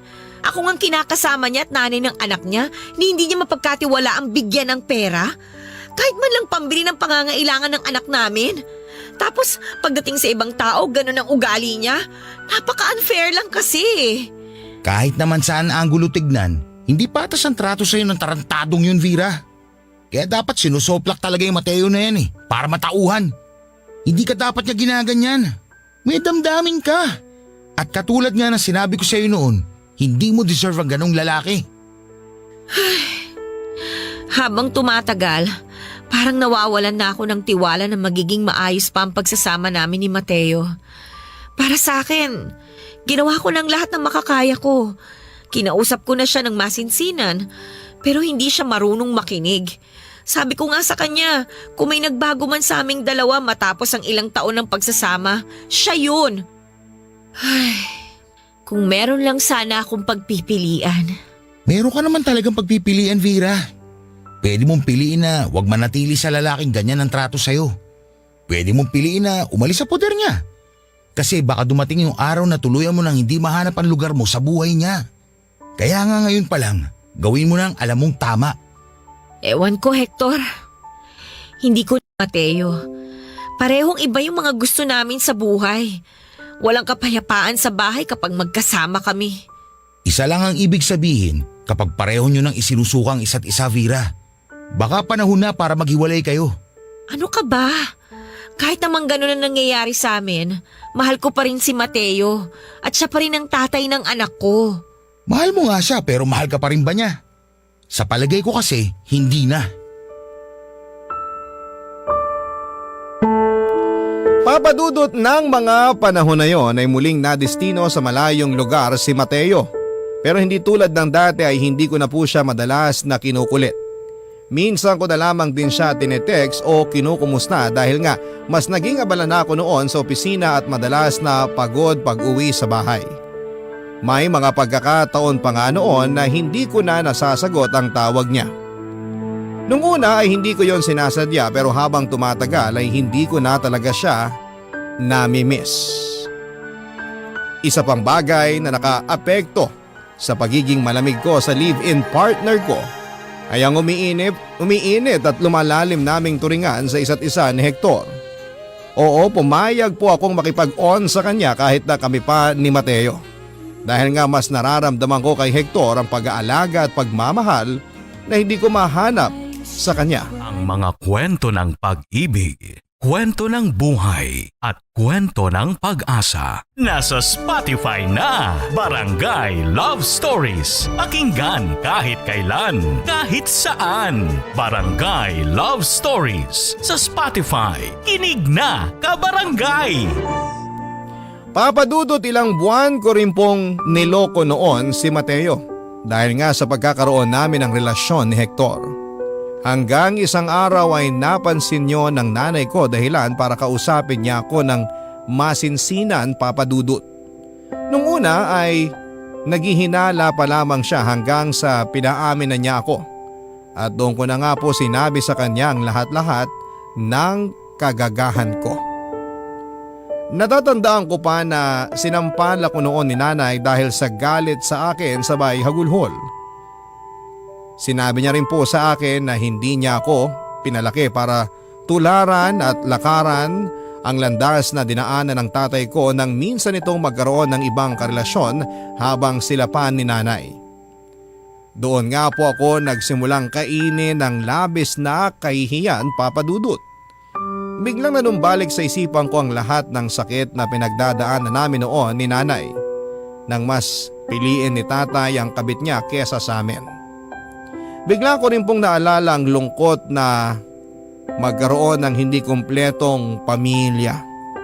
At pinangako ko noon sa sarili ko na hindi ko gagawin sa anak ko ang ginawa sa akin ng tatay ko, kaya nga kinabukasan sa utos ni nanay at sigaw ng konsensya ko ay kinausap ko nga po si Hector upang opisyal nang tapusin ang relasyon naming dalawa.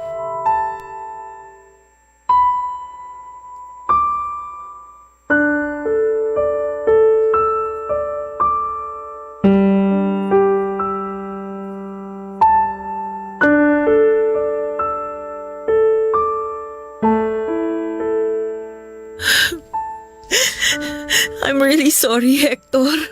Vera, ano ba nangyayari? Bakit bigla mo na lang gustong tapusin ang lahat sa atin? Naghihinala na ba si Mateo? Alam na ba niya? Walang kinalaman si Mateo dito, Hector. Ako mismo nagdesisyon na tapusin na kung anumang namamagitan sa atin. Pero bakit nga? Hindi ko maintindihan. Nung nakarang araw lang, ayos pa tayo. Magkasundo pa nga tayo. Sabi mo pa nga, masayang-masaya ka nakasama ako. Pagkatapos ngayon, biglang ganito. Sabihin mo, ginagawa ba ako mali? Kasi kung meron man, pangako babawi ako. Huwag mo lang akong iwanan, please. Pero alam mong mali itong ginagawa natin, di ba? Pamilyado na akong tao. Wala akong pakialam kung may pamilya ka na. Tanggap ko yun. Kasi nga mahal kita eh. Kaya please, huwag mo naman gawin sa akin to. Huwag mo naman ako basta itapon na lang na parang basura. Alam mong hindi totoo yan, Hector. Isa ka sa pinakamahalagang tao sa buhay ko dahil ikaw lang ang nakakaunawa sa akin. Ikaw lang yun nandyan sa tuwing kailangan ko na makakausap kapag may problema kami ni Mateo. At nagpapasalamat ako ng taus-puso dahil sa pagiging mabuting kaibigan mo. Kaya lang kasi, tulad nga nung sinabi mo sa akin noon na hindi ko deserve ang trato at pag-uugali ni Mateo. Sasabihin ko rin sa iyo ngayon na hindi mo deserve ang katulad ko. Marumi akong babae. Nagkasala ako sa kinakasama ko at tatay ng anak ko. Naging mapusok ako at mahina. At gusto ko nang itama lahat ang pagkakamali kong iyon. Sabihin mo, pinahal mo ba talaga ako?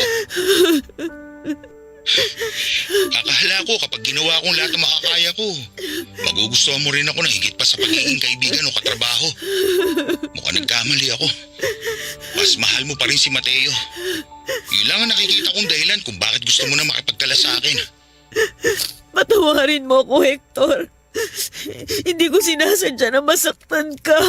Kasalanan ko rin naman kasi hinayaan ko sarili ko na mahulog sa'yo. Kahit na alam ko naman na wala akong kalaban-laban kay Mateo.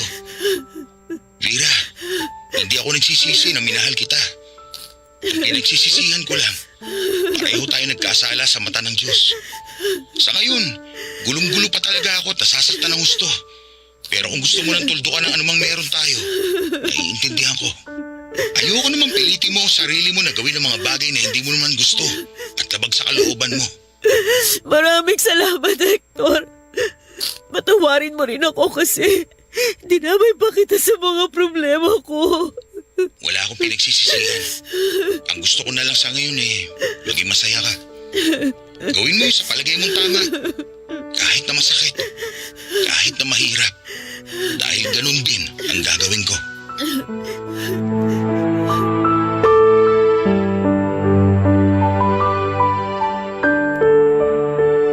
Papadudot ng sumunod na araw ay nalaman ko na lamang na nag-resign na sa pinagtatrabahuhan namin si Hector. Hindi na rin po kami nagkaroon pa ng pagkakataon na mag-usap kahit noong last day niya. Minabuti na rin namin yon para tuluyan na naming maisantabi at makalimutan ang anumang namamagitan sa amin. Nang mga panahon na yon ay may nangyayari sa amin ni Hector habang magkarelasyon kami ay naging maingat naman po akong wag mabuntis para hindi lalong magduda si Mateo. Hindi ko po ito sinasabi dahil pinagmamalaki ko sa ginawa ko. Sa katunayan, kahit na tapos na ang relasyon namin noon ni Hector ay hindi pa rin po ako pinapatulog gabi-gabi ng aking konsensya. Hiyang-hiya po ako sa nanay ko at sa anak ko, ganoon din po sa sarili ko, Papa Dudut. Pero alam ko na kung may dapat akong hinga ng kapatawaran, yon ay walang iba kundi si Mateo. Lalo pat malaki na rin po ang pinagbago niya simula nang maging malamig ang trato ko sa kanya noon. Nandyan po kasi yung siya na mismo ang nag-update sa akin ng mga ginagawa niya kahit na hindi ko naman po tinatanong. Naalala ko pa nga na minsan niyang binanggit sa akin na napag-isipan niyang mabuti yung naging pagtatalo namin noon at na-realize niya na nagkakamali siya. Kaya nga siya na rin po ang nag-insist noon na babawi siya sa lahat ng naging pagkukulang niya sa amin ng anak niya. Lalong-lalo na nga po sa akin. At pinatunayan nga po niya yon nang muli siyang umuwi sa amin ng anak niya, Papa Dudut.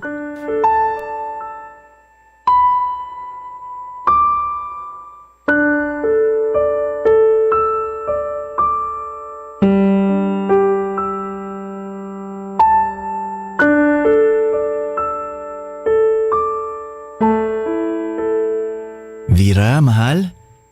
Gusto mo bang masahihin kita? Mukha kasing tensyonado ka. Para guminhawa ang pakiramdam mo. Ayos lang ako, Mateo. Hindi mo na kailangan mag-abala. Mabuti pa magpahinga ka na. Maliligo lang ako tapos matutulog na rin. Medyo napagod din kasi ako sa trabaho kanina eh. Ay, Vera, kung ganyan lang pala na para kang stressed palagi, bakit di ka na lang mag-resign? Ba't ako mag-resign? Akala ko ba napag-usapan na natin to?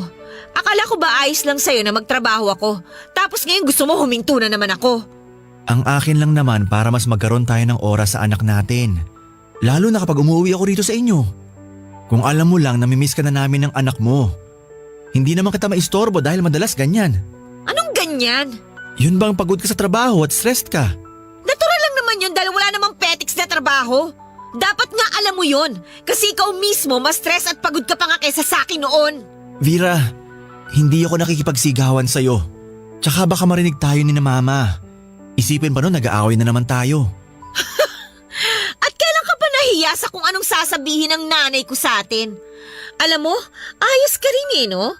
Dati naman mas mataas pa nga ang boses mo kaysa sa akin Tapos ngayon daig mo pa ang maamong tuta. Hindi ba sinabi ko na sa'yo na gusto kong bumawi dahil naging gago ko noon? Halos ipagpalit ko na ang oras ko sa inyo ng anak natin sa ibang tao. Nang ma-realize ko yon, nalaman ko kung gaano ka walang kwentang partner na tatay. Sana kasi noon mo pa na-realize ang tungkol sa bagay na yan, Mateo. Kasi kung nagkataon, hindi ko sana nagawang pagtaksilan ka. Ha? Anong sinabi mo, Vera? Patawarin mo ko, Mateo. Sandali. Hindi ko maintindihan. Ano ba kasing ibig mong sabihin? Nagkasala ako sa'yo. Nagkaroon ako ng ibang karelasyon habang nasa malayo ka. Hindi ko rin alam sa sarili ko kung bakit hinayaan kong umabot sa puntong yon hanggang sa hindi ko na nga alam kung paano tumigil. Alam ko galit ka sa akin. Maiintindihan ko kung kamuhian mo ko o ituring na marumi at masamang babae. Pero maniwala ka, hindi ko naman yung sinasadya at hindi ko intensyon na sirain ang pamilya natin. Hindi sinasadya? Vera! Alin sa sinasabi mo pagtataksil sa akin ang hindi mo sinasadya? Pwede ba? Huwag mo akong gaguhin! Paano mo nagawa sa akin ang bagay na yun? At sino lalaking yun, ha? Kilala ko ba siya? Katrabaho mo ba siya? Sagutin mo ako! Oo, katrabaho ko nga siya pero tapos na kami, Mateo. Nag-resign na rin siya sa trabaho namin. Kahit na! Alam mo, gustong-gusto kita kasaktan pero...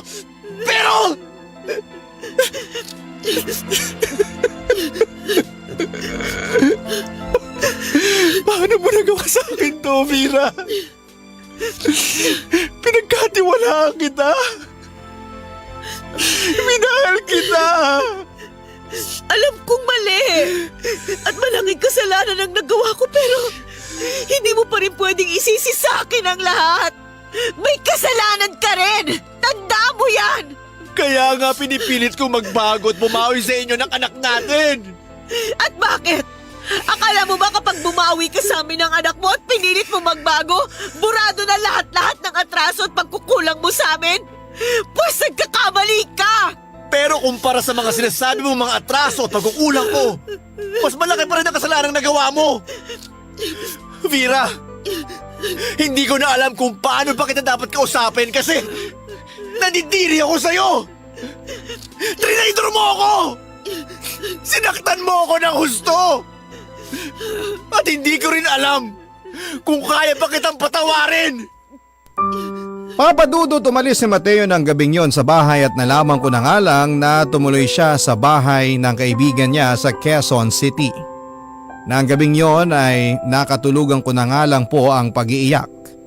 Hindi ko intensyon na sumbatan o magmalaki sa kinakasama ko tungkol sa mga bagay na hindi niya nagagawa sa amin noon pero sa huli pakiramdam ko. Mas lalo ko lang siniriban ang apoy na namamagitan sa amin dalawa na siyang dahilan para pareho po kaming tupukin ng apoy. Mahal ko po si Mateo at mahal ko rin ang pamilya na meron kami pero nagkasala po ako at deserve ko kung anuman ang maging desisyon niya para sa aming relasyon. Magkaganon pa man kung sakali na bibigyan ako ng pagkakataon upang itama ang mga maling nagawa ko ay buong puso ko pong pagsusumikapan na gawin yon, Papa Dudut. Ilang linggo rin po kaming hindi nagkibuan ni Mateo. Nang mga panahon na yon, inabala ko na lamang ang sarili ko sa pagtatrabaho hanggang isang gabi, kinausap niya ako ng masinsinan. Sinabi niya sa akin na galit pa rin siya at masama pa rin ang loob niya sa ginawa ko pero mahal pa rin po niya ako. Kaya lang hindi niya po alam kung paano ako muling pagkakatiwalaan. Sa huli ay nag-decide na rin po kaming i-workout ang aming relasyon kahit na paunti-unti. At bilang unang hakbang, pinatira po niya kami ng anak namin sa bahay ng nanay niya at nagkataon namang wala na rin kasama sa tinitirahan nito sa Valenzuela ang nanay niya. Ako na rin po ang kusang umalis sa pinagtatrabahuhan ko at inabala ko na lamang ang sarili ko sa munting tindahan na pinatayo ni Mateo para sa amin. Papadudot bukod sa nanay ko, kami na lang po ng kinakasama ko ang nakakaalam ng pangangaliwa ko. Pinili po naming wag nang sabihin sa pamilya niya dahil alam din po niya ang posibleng mangyari na pag-initan ako sa kanila. Bagay na ayaw naman niyang mangyari sa akin kaya nga po kahit papaano ay nagpapasalamat pa rin po ako sa kanya. Sa kasalukuyan ay masasabi ko pong unti-unti nang nanunumbalik ang dati naming pinagsamahan. Bagaman meron pa rin pagkailang at mas madalas na kalungkutan, alam ko na darating din yung panahon na tuluyang maghihilom ang sugat na minsang naging dahilan para magkaroon ng lamat ang aming relasyon. At nakahanda ko pong hintayin ang araw na yon na tuluyan na akong mapatawad ni Mateo. Maraming salamat po sakaling mapili po ninyo ang liham ko, Papa Dudut. Malaking bagay na naibahagi ko ito sa ating mga tagapakinig at sana po ay meron silang natutunan sa mga experiences ko sa buhay.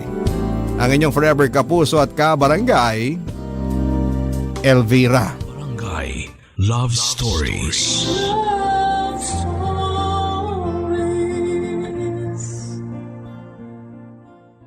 Barangay LS 97.1. 97.1. Number 1. Forever. Ang mga kwento ng pag-ibig, kwento ng buhay, at kwento ng pag-asa dito sa Barangay Love Stories. Love Stories.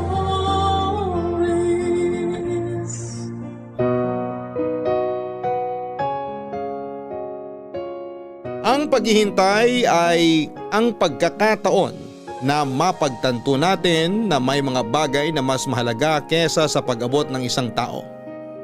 At yon ay ang pag-aalaga sa iyong sariling kaligayahan.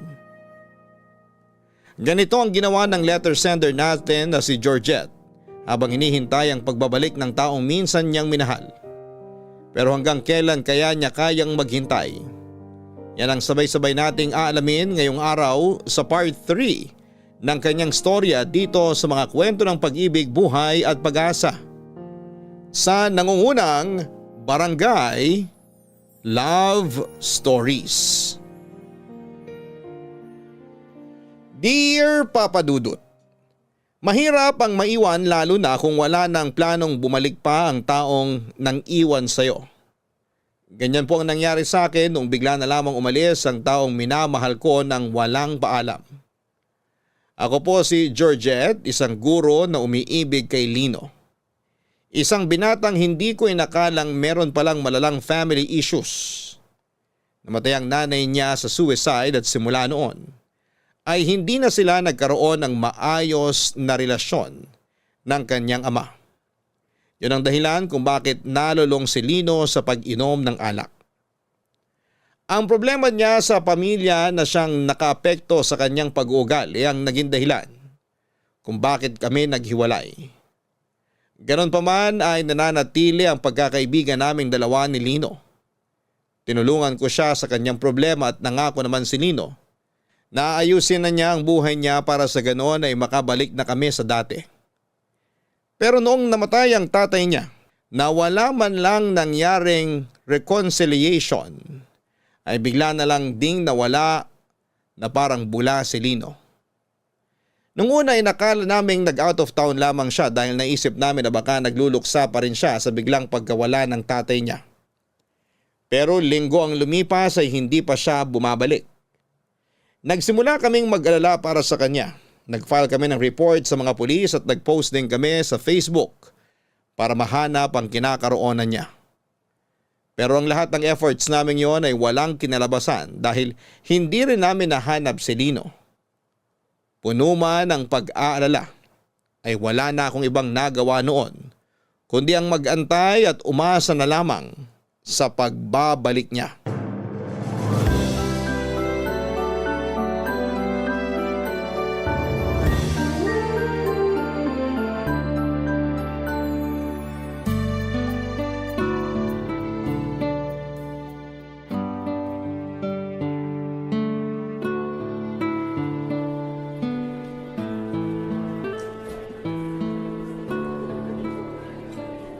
Aba, nagbabalik na pala ang bagong kasal ah.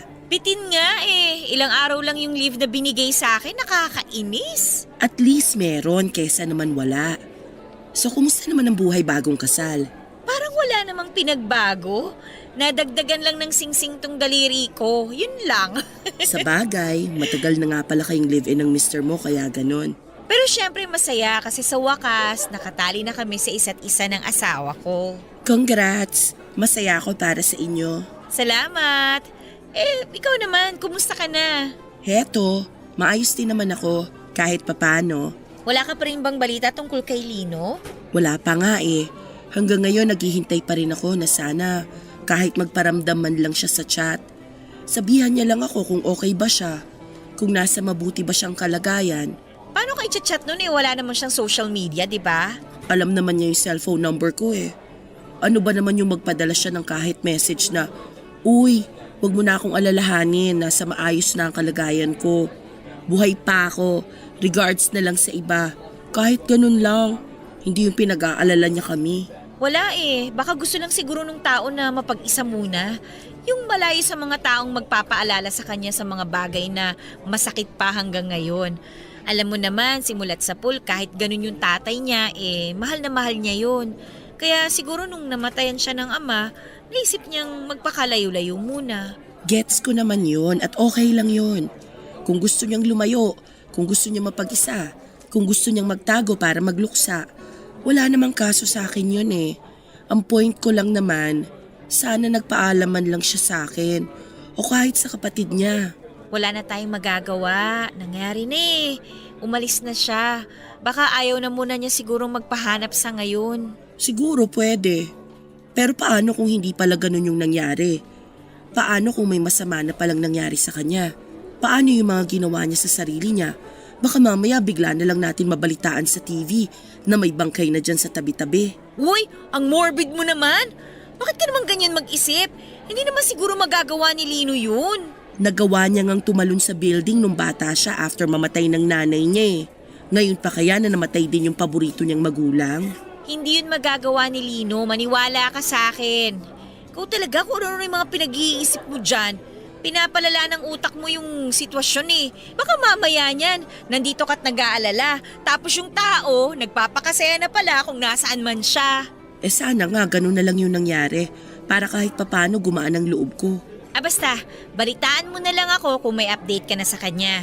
O sige, kakonta ko naman yung kuya niya eh. Tara na, Lunes pa lang ngayon, may flag ceremony tayo. Ay oo nga, sandali lang, iche-check ko muna yung mga estudyante ko. Abangan na lang kita sa quadrangle ah. O sige. Mamaya pala may itatanong ako tungkol sa LRN ng mga bata. Sige lang, tapusin muna natin yung flag ceremony tapos pag-usapan natin yan. Sa mga sumunod na buwan ay nakipagtulungan ako sa kapatid ni Lino na si Edward para mahanap ito. Pinuntahan namin ang mga kaibigan at katrabaho nito sa pagbabaka sakaling kinontak sila ni Lino sa mga nagdaang araw pero sa kasamaang palad. Ni isa sa kanila ay wala ring alam kung nasaan si Lino noong mga panahong yon. Patuloy din noon ang pakikipag-ugnayan namin sa mga otoridad para mahanap si Lino pero maging sila ay hirap makahanap ng lead. Kahit unreachable ay lagi ko siyang tinatawagan sa number niya. Halos araw-araw rin akong nagpo-post noon ng picture ni Lino sa Facebook. Umaasa na may nakakita sa kanya at magsabi kung saan ang kinakaroonan niya. Hanggang sa isang araw ay isang babae ang kumontak sa akin sa Facebook. Isang picture ang pinadala niya sa akin. Picture yon ng lalaking palaboy-laboy sa Batangas. Nabuhayan ako ng loob. Dahil kamukhang-kamukha ni Lino ang nasa litrato papadudot. Nung nalaman ni Edward ang tungkol sa message ay agad kaming nagpunta sa Batangas para hanapin ang babaeng nakakita kay Lino. Pinuntahan namin ang palaboy na nakapwesto noon sa isang public market. Pero noong nakita na namin ito ng personal ay hindi siya si Lino. Bagkos ay kahawig lamang niya ito. Dumaan pa ang mga buwan ay unti-unti na kami noong nawawala ng pag-asa na mahanap pa si Lino. Ang last resort lang na tanging naisip ni Edward ay ang magpunta sa Tuguegarao na siyang probinsya ng kanilang ina para doon i-check si Lino papadudot. Ano palang sadya mo? Bakit ka na pa rito? Galing ako sa bahay nila tati. Since malapit ka lang naman, naisip kong dumaan. Bakit parang paus ka pa rin hanggang ngayon? Ang tagal na niya na. Oo nga eh. Medyo kinakabahan nga ako sa totoo lang. Kaya pina-check up ko na. Ano raw ang sabi? Sa stress daw. Kaya ang bilis bumagsak ng immune system ko. Kaya lagi akong may ubot inaatake ng allergy ko. Kakaisip mo siguro kay Lino yan. Siguro nga. Ang totoo. Kaya rin ako napadaan kasi makikibalita sana ako sa'yo. Ay, wala pa siyang paramdam eh. Cannot be reached pa rin yung phone niya. Ganun ba? Mag-aapat na buwan na siyang nawawala. Hindi ka ba nag-aalala? Siyempre nag-aalala ako para sa kapatid ko. Pero anong magagawa ng pag-aalala natin? Wala naman tayong lead. Pati nga mga pulis, hindi rin alam kung paano siya hahanapin eh. Eh yung mga kaibigan kaya niya, wala rin silang balita? Wala rin siguro. Sinabihan ko naman sila na abisuhan agad ako sakali magparamdam sa kanila si Lino. Ay, naku Lino, nasaang lupalop ka na ba ng mundo? Next week pupunta ako ng Tuguegarao. Susubukan ko siyang hanapin doon. Hindi ba sabi ng mga kamag-anak ninyo na nandun, wala naman dun si Lino? Oo, yun ang sabi nila. Pero malay natin, baka hindi lang din nagpapakita si Lino sa kanila. Kaya hindi sila aware na nandun pala siya. Oo nga no. Yun na lang kasi yung naiisip kong lugar na pwedeng puntahan ni Lino eh. Paano kung wala talaga siya dun? Kung wala siya dun, hindi ko na alam. Baka siguro tanggapin ko na lang na ayaw na talaga niya magpakita sa atin. Ano ba kasing pumasok sa isip ng taong yun? Bakit bigla siyang nag-alsa balutan? Nakakainis? Masyado niya sigurong dinamdam yung pagkawala ni Papa. Ganun yun eh. Masyado siyang sensitive. Sa aming dalawa siya yung pinaka-emosyonal. Pareho sila ni Mama. Mas nananaig yung damdamin kesa sa pag-iisip. Napansin ko nga kung gaano katigas yung puso ng papa niyo pagdating sa kanya. Ganon naman kalambot ang puso ni Lino. Ang problema kasi niya, madali siyang mapanghinaan ng loob. Yung tipong kahit hindi naman siya yung kaaway pero kapag may mahal siya sa buhay na nag-aaway, maging siya nasasaktan. Kaya nga naiintindihan ko yung ginawa niya noon eh. Nagawa niya lang na magsumbong sa mama namin kasi nasasaktan siya na nagloloko pala si Papa. Pero nakwento niya sa akin na nagalit ka rin sa kanya noon. Oo, may time na sinisi ko siya. Bata pa ako noon eh. Hindi pa ako ganun ka-mature mag-isip. Nawalan din ako ng ina eh kaya naganap ako ng masisisi. Si Lino yung sinisi ni Papa kaya si Lino na rin yung sinisi ko. Hindi ko ma-imagine kung anong nararamdaman ni Lino noong mga panahong yon. Nawala na siya ng nanay, galit pa sa kanya yung tatay at kapatid niya. Isa yon sa mga pinagsisisihan ko. Kaya siguro naging ganun siya kasi nawalan siya ng kakampi. Yung kaisa-isang kapatid niya na dapat matatakbuhan niya, nagalit din sa kanya. Pero bumawi ka naman eh.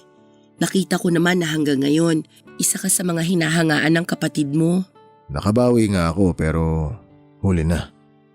Naisip ko nga, kung sana hindi ko tinalikuran si Lino nung bata pa kami, baka siguro hindi ganito yung klase ng buhay niya eh. Wala na tayong magagawa sa nangyari na. Kahit naman malaman mo ang sagot yan, wala pa ring magbabago eh. Ang gawin na lang natin ngayon, hanapin si Lino para masiguro nating nasa mabuting kalagayan siya. Yan na nga mismo ang ginagawa ko. Nakalive na ako sa trabaho ngayon. Sana nga tama yung hinala ko na nasa Tuguegarao siya. Sana nga, balitaan mo na lang ako. Oo naman, babalitaan kita agad. Mauna na ako. O paano? Mag-iingat ka pa uwi ah. Salamat.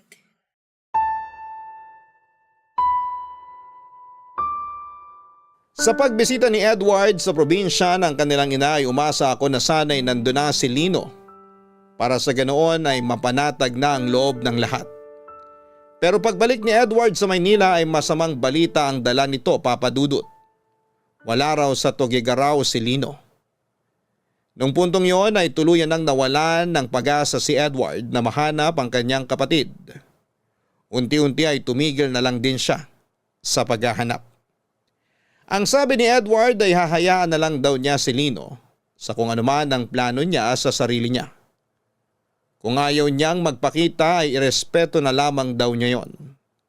Malaki naman daw ang tiwala niya sa kapatid niya na hindi niya ipapahamak ang kanyang sarili.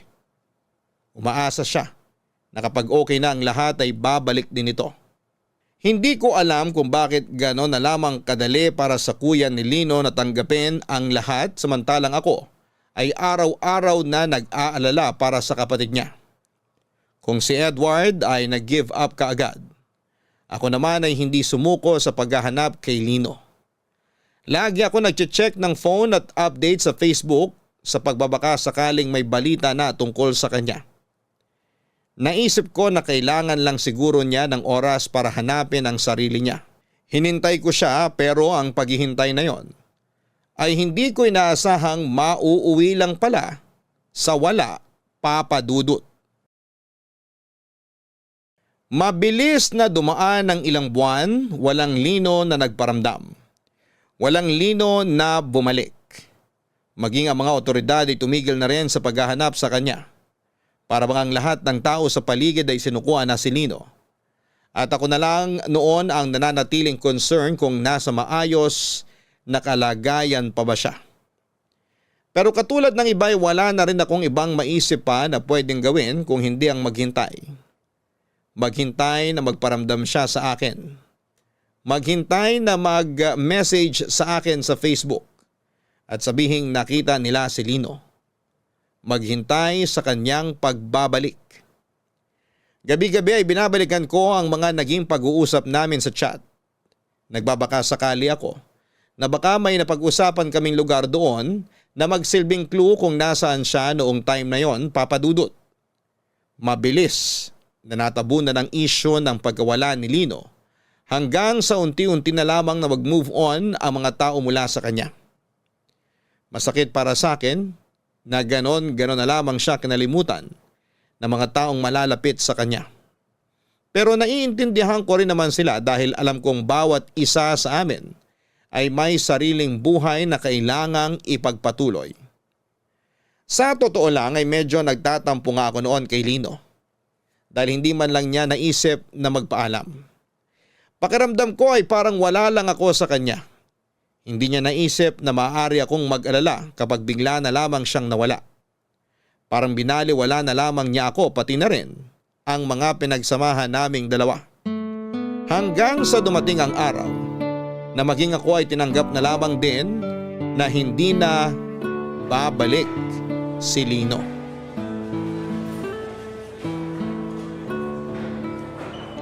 Georgette! Halika rito! Sandali, nandyan na. Wala bang nakaupo rito? Wala. Halika, umupo ka na dyan. Ngayon ka lang magbe-break? Patapos na ang recess ah. Tinapos ko yung report ko. Hinahanap na ni principal eh. Anong report? Tungkol sa pinuntahan kong seminar nung weekend. Ah, yung tungkol sa paggawa ng storybook? Oo, ako yata yung ilalaban niya sa storybook writing competition eh. Ay, Shala, writer ka na pala ngayon? Wala namang ibang choice. Busy naman kayo lahat para sa intrams, kaya ako yung pinili niya. Pero last week pa yung seminar na pinuntahan mo, di ba? Bakit ngayon ka lang gumawa ng report? Nalimutan ko, nasa iba yung focus eh. Alam mo, nakakaapekto na talaga sa trabaho mo yung pag-iisip kay Lino, ha? Masama bang mag-alala sa kanya? Kaibigan mo rin siya. Hindi ka ba nag-aalala? Nung una, nag-aalala ako. Pero matanda na yun eh. Alam na niya yung ginagawa niya. Kung ayaw niya magpakita, tanggapin na lang natin. Nang ganun na lang? Bakit ba sobra-sobrang pag-aalala mo kay Lino? Hindi ka naman niya jowa para maging ganyang kalaki ang concern mo sa kanya. Oo nga, hindi niya ako girlfriend. Pero kaibigan ko siya. Tsaka kahit papano may pinagsamahan na kaming dalawa. Hindi mo na maaalis yung pagiging concern ko sa kanya. Ang tanong, concerned ba siya sa'yo? Hindi ka nga niya maisip na kumustahin eh. Hindi ka man lang niya magawang balitaan kung anong ginagawa niya ngayon. O, di ba? Nandito ka, nag-aalala sa kanya. Pero siya, kung nasaan man siya, nandun na siya, nagsisimula ng bagong buhay. Alam mo ko ako sa'yo, gawin mo na rin yung ginagawa ni Lino. Aalis din ako. Hindi, luka-luka ka. Magsimula ka na rin sa buhay mo na wala siya. Parang ang hirap namang gawin yan. Ay nako, nagawa nga ni Lino ng walang kahirap-hirap eh. Bakit hindi mo kaya? Ay, ang hirap isipin na hanggang doon na lang yung pagsasama namin. Okay na kami eh. Nagpaplano na kaming magkabalikan, tapos ganun yung nangyari. Ganyan talaga ang buhay. Parang teleserye, puno ng plot twist. Dapat lagi kang handa. Yun nga ang problema. Hindi ako handa. Ay nako Georgette, sinasabi ko sa'yo mag-move on ka na kay Lino. Wala kang mapapala sa kakahintay sa kanya. Tatanda kang dalaga niya, sige ka. Grabe ka naman. Anong grabe dun? Kalahating taon na simula nung nawala si Lino. Walang paramdam yung tao sa'yo. Dun pa lang, dapat alam mo na wala na siyang pake sa'yo. Sorry ha kung medyo masakit tong mga sinasabi ko, pero yun kasi yung totoo eh. Kailangan mo na siyang kalimutan. Ay, Sige, susubukan ko. Oy, wag mong subukan. Gawin mo. Oo na, gagawin ko na. Yan, dapat ganyan. Para hindi ka nalilate sa pagpasa ng mga report mo. Sarili mo naman ang isipin mo ngayon. Opo, madam, masusunod po. O siya, sige na. Mauna na ako sa'yo ha. Aayusin ko pa yung mga gamit para sa klase ko. Magga-gardening kami mamaya. O sige, susunod na rin ako pagkatapos kong magmerienda.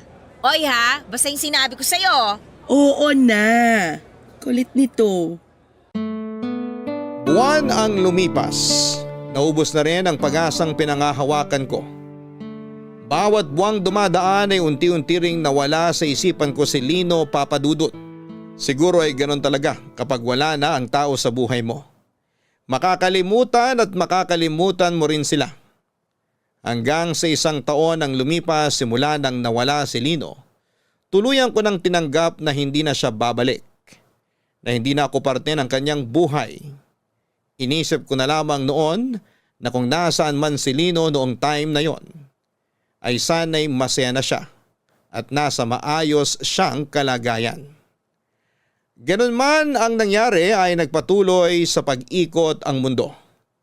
Nagpatuloy ako sa sarili kong buhay. Mula sa pagiging grade 2 teacher ay tumaas ang ranggo ko at nailipat ako sa pagtuturo ng grade 6. Nagkaroon ako ng mga bagong goal sa buhay ko. Nakakilala ako ng mga bagong kaibigan at nagkaroon ng mga bagong karanasan.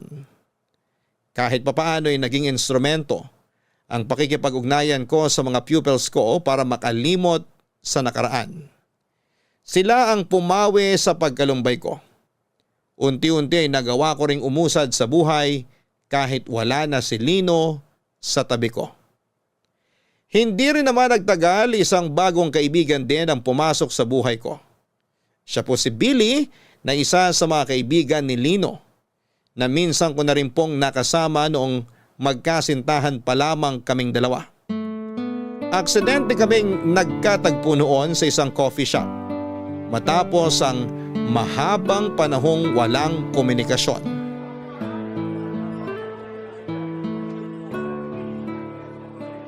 Georgette? Uy, ikaw nga! Kamusta ka na? Billy, hindi mo na ako naalala? Yes, Billy. Iba kasi yung tawag sa'yo ni Lino eh. Oo, B-Boy tawag nila sa akin, short for Billy Boy. Pero Billy na lang itawag mo sa akin. May kasama ka ba? Pwede bang umupo? Oh, sure. Sure, maupo ka. Wala akong kasama. Salamat. So, bakit ka naman mag-isa rito? Nagpapahangin lang. Walang klase kaya naisip kong lumabas naman. I see. Nakakatampo Hindi mo na pala ako maalala. Ilang beses na tayo nagkasama noon nila Lino. Naalala kita pero sa mukha lang. Sorry, nalimutan ko yung pangalan mo. Makakalimutin na ako Dami kasing kaibigan ni Lino. Actually, hindi ko na rin maalala yung mga pangalan ng iba. Okay lang. Tagal na nating di nagkita. Ano nang balita sa'yo? Okay lang naman ako. Nakakasurvive naman sa hamon ng buhay kahit papano. Mabuti naman. Si Lino, may update ka na ba sa kanya? Wala pa hanggang ngayon. Hindi pa rin siya nagpaparamdam. Sus, yung taong yun talaga. Huwag ka mag-alala. Babalik din yun one of these days. Sana nga. Teacher ka pa rin ba dun sa public school na nabanggit mo dati? Oo, dun pa rin ako. Nakakatuwa naman. Bakit mo naman naisipang maging teacher? Hirap ng trabaho na yan Retired teacher din kasi yung nanay ko. Isa siya sa mga inspirasyon ko sa buhay. Hangang-hanga nga ako sa kanya Teacher ko rin kasi siya nung grade 5 ako. The way na magturo siya, sobrang na-impress ako. Kaya naisip ko na balang araw, magiging teacher din ako. Kaya pala, nasa dugo nyo rin pala. Oo, at saka napaka-fulfilling kayang maging teacher. Oo, mahirap siya. Pero yung paghihirap na yon tsaka pagod, magiging worth it kapag nakita mo na yung mga batang natuturuan mo na successful na ngayon. Isa yun sa mga bagay na hindi na mawawala sa buhay ng isang teacher. Maging parte sa buhay ng bawat batang nangangarap. Ang lalim naman ng pinanghuhugutan mo. Nahiya tuloy yung trabaho ko. Ano nga pala ulit yung work mo? Ako ang nagmamanage sa family business namin. Oo, yung lumber something? Oo, producer kami ng mga tabla na ginagamit sa pagpapatayo ng mga bahay. Ang galing! Pangarap ko rin yan yung mag-business. Talaga? Anong business naman ang gusto mong gawin? Kahit ano, yung magtatagal, kahit ilang henerasyon na ang lumipas. Gusto ko kasi na balang araw, may maipapamana rin ako sa mga anak ko. Sure naman ako na matutupad mo rin yan balang araw. Nasa sa atin lang din kasi kung paano natin bubuuin yung future ng mga susunod sa bloodline natin. Kaya mabuti na hanggat maaga pa, pinag-iisipan mo na yung mga ganyang bagay. Sabi nga ng kaibigan ko, maraming plot twist ang buhay, kaya dapat talaga paghandaan. Uy, magandang quote yan ha. Pwedeng ilagay sa sticker. Totoo din naman kasi. Minsan bigla-bigla na lang tayong babagsakan ng kung ano-anong pagsubok sa buhay. Mahirap kung mag-isa ka lang nahaharap sa mga problemang yun. Pero di ba sabi nga nila, wala namang problemang ibibigay sa atin na hindi natin kayang lampasan? Oo, tama. Nalalampasan naman natin yung mga problemang yun. Pero minsan, marami tayong naisasakripisyo. Wala eh. Hindi ka magkakaroon ng progress sa buhay kung wala kang sacrifices na gagawin. Nakakalungkot pero totoo yan. Anyway, mauna na ako sa iyo ha. Dumaan lang talaga ako rito para bumili ng kape. O sige. Nice to see you again. Chat-chat na lang? Oo, mag-iingat ka. Malawak ang circle of friends ni Lino. Hindi mabilang sa mga daliri ng kamay ang dami ng kaibigan nito noon. Ang ilan sa kanila ay nakilala ko noong naging boyfriend ko si Lino. Pero simula nung nawala si Lino ay nagkaroon na rin ako ng falling apart mula sa kanila. Nawala na ako ng komunikasyon at update mula sa mga buhay nila dahil si Lino lang din naman kasi ang naging tulay para maging kaibigan ko rin sila. Kaya naman laking tuwa ni Billy noong nakita niya ako matapos ang mahabang panahon. Papadudod si Billy yung tipo ng tao na akalain mong suplado. Masungit at mayabang kapag una mo siyang nakita. Pagkakita mo pa lamang kasi sa kanya ay parang lagi siyang mapapaaway dahil na rin sa mga tattoo nito sa katawan. Hindi naman po sa nagiging stereotype ako pero tad-tad kasi ng tattoo ang buong katawan ni Billy. May arm sleeve tattoo siya sa kanang braso niya na inspired sa mga tribal tattoos. Sa kaliwa naman ay may malaking mukha ng anghel na nakatatak sa biceps nito. Sumisilip din ang eagle wings tattoo nito sa kanyang likuran. Meron din siyang landscape tattoo sa magkaparehong binti nito. Pero ang pinaka-extreme na siguro ay ang hugis espada na tattoo nito sa kanang pisngi niya sa tabi ng kanyang tenga. Sa kabila ng maangas nitong itsura ay malambot ang puso ni Billy. Yun ang una kong napansin noong nakilala ko siya. Mababaw lang ang luha nito at mahilig siya sa aso at takot sa mga ipis. Kung gaano katapang ang itsura niya ay ganoon naman siya kabilis matakot sa maliliit na bagay. Nagulat na lamang ako na pagkatapos naming mag-meet sa coffee shop noong araw na yon, ay bigla akong nakatanggap ng message mula sa kanya. Simula pa lang ay alam ko ang motibo ni Billy kung bakit siya nakikipagkaibigan sa akin.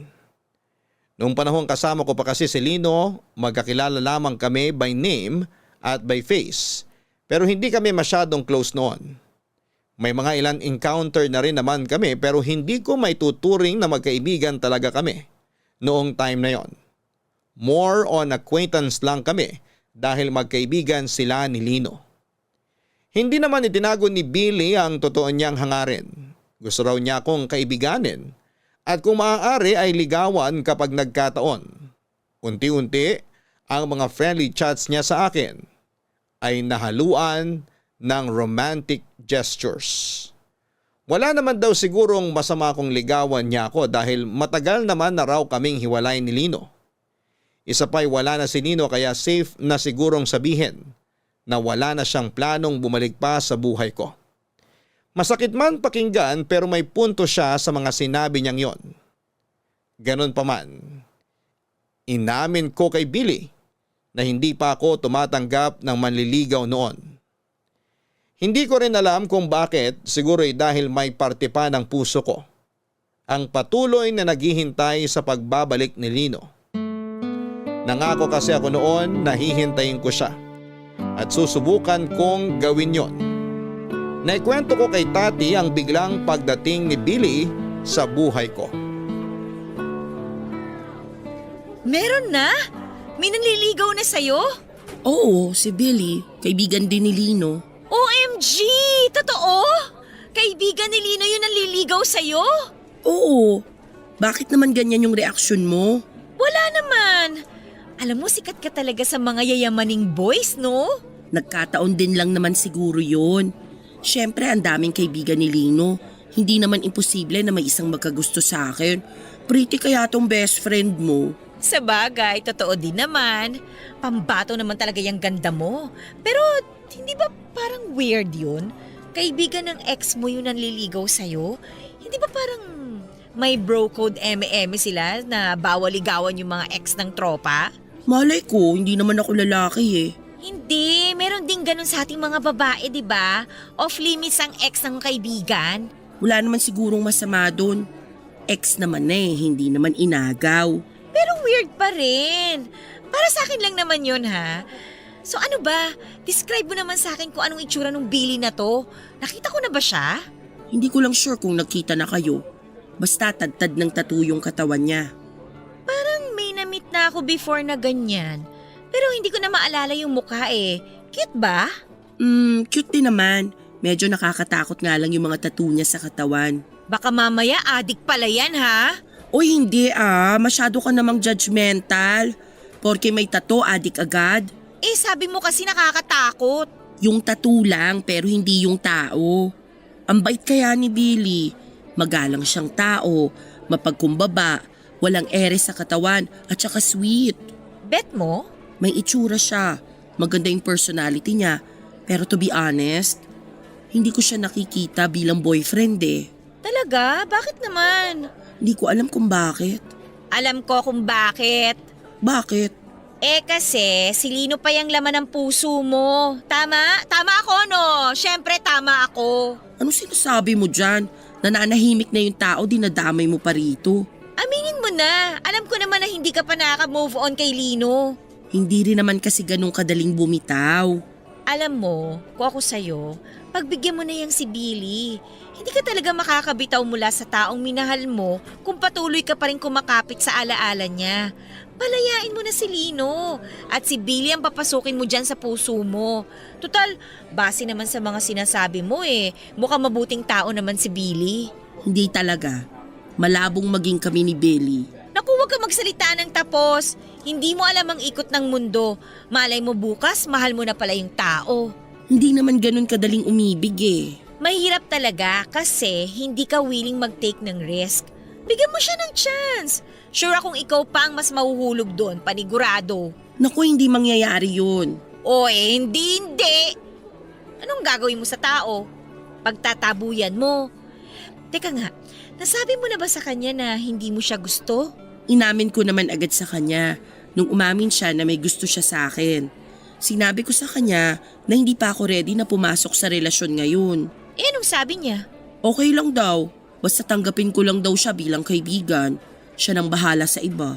Ano ibig sabihin nun na siyang bahala sa iba? Ang pagkakaintindi ko sa sinabi niya, baka manliligaw pa rin siya siguro kahit na sinabi kong ayoko pa. Yan ang gusto ko, hindi kagad nagpapatalo. Hindi rin. Alam mo minsan, kailangan nating sukuan agad yung laban na sa simula pa lang alam na nating matatalo tayo para sa ganun, hindi tayo masyadong masaktan. Asus! Sabihin mo yan sa sarili mo. Hindi mo nga masuku-sukuan yung taong matagal ka nang kinalimutan eh. Aray naman! O ano, na-back to you ka no? Practice what you preach kasi. Kahit na hindi pa ako ready ay hindi agad sumuko sa akin si Billy. Naging magkaibigan kami pansamantala pero nagpatuloy pa rin ang pagpapa-impress niya sa akin. Humingi siya ng chance na bigyan ko siya ng oras para ipakilala ang sarili niya sa akin. At ibinigay ko naman sa kanya yon, Papa Dudut. Katulad ni Lino ay mula sa may kayang pamilya si Billy. May sarili siyang lumber business na namanan niya mula sa kanyang mga magulang. Pangatlo siya sa 4 na magkakapatid at nakapagtapos sa isang kilalang university. Nanligaw sa akin si Billy hanggang sa nasanay na lamang din ako sa presensya niya at naging komportable na rin ako sa kanya. Aaminin ko na noong una ay hindi ko naman talaga nakitaan si Billy ng kung anuman para magustuhan ko siya. Pero sa pagtagal ng pagkakaibigan naming dalawa, noong nakabuo na kami ng connection at nakagawa ng ilang memories, ay dahan-dahan din gumaan ang loob ko para sa kanya. Soft-spoken si Billy. Nakakatuwa nga kasi hindi akma sa itsura niya ang pag-uugali niya. Masyadong strong ang features nito sa mukha niya kumpara sa personality niya. Malapad ang kanyang panga, mataas ang cheekbones, at sa singkit niyang mga mata ay makapal ang kanyang kilay. Kung gaano katapang ang facial features niya ay gano'n namang kalambot ang puso niya sa lahat ng bagay. At yon ang mga katangiang nagustuhan ko sa kanya, Papa Dudut. Ayos Dito talaga tayo sa likod ng pickup mo? Oo, astig 'di ba? Imbis na mag-date tayo sa mga restaurant, dito na lang tayo sa likod ng sasakyan ko. Hindi ba mas romantic 'yon? Sa bagay, mas intimate nga naman to kasi tayong dalawa lang ang magkasama.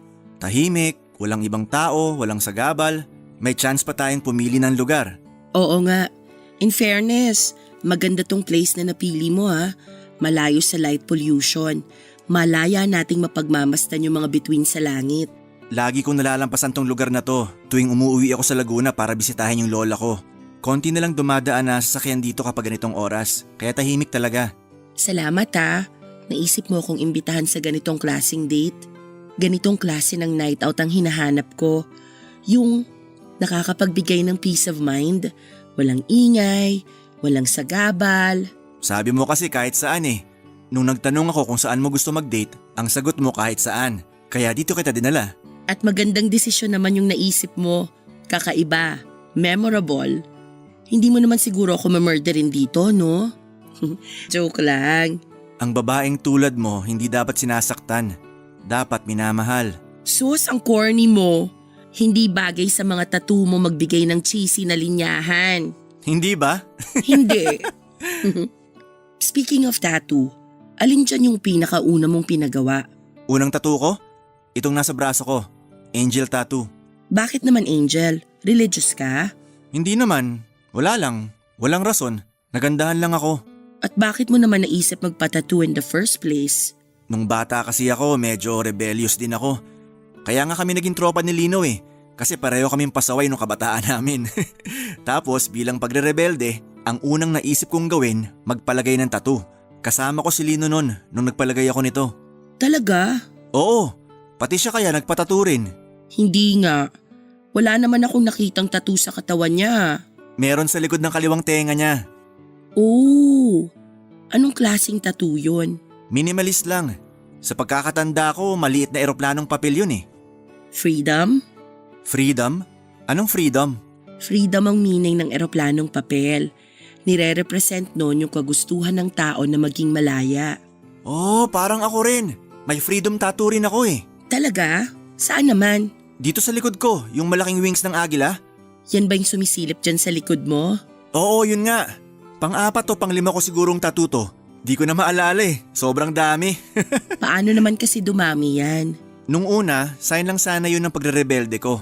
Pero pagtagal, nagustuhan ko rin yung art ng pagtattoo Sabi nila paraan yun para ma-express ng isang tao yung feelings na hindi nila mailabas sa publiko. So meaning, madami ka palang bagay na gustong i-express? Kasi halos maubos na yung balat mo sa dami ng tattoo mo Oo, gano'n na nga. Noon kasi hindi ko maipakita sa mga tao kung ano yung totoong nararamdaman ko. Hindi ko alam, medyo mahiyain ako Pero nung tumanda ako, na-realize ko na wala naman pala akong dapat ikahiya.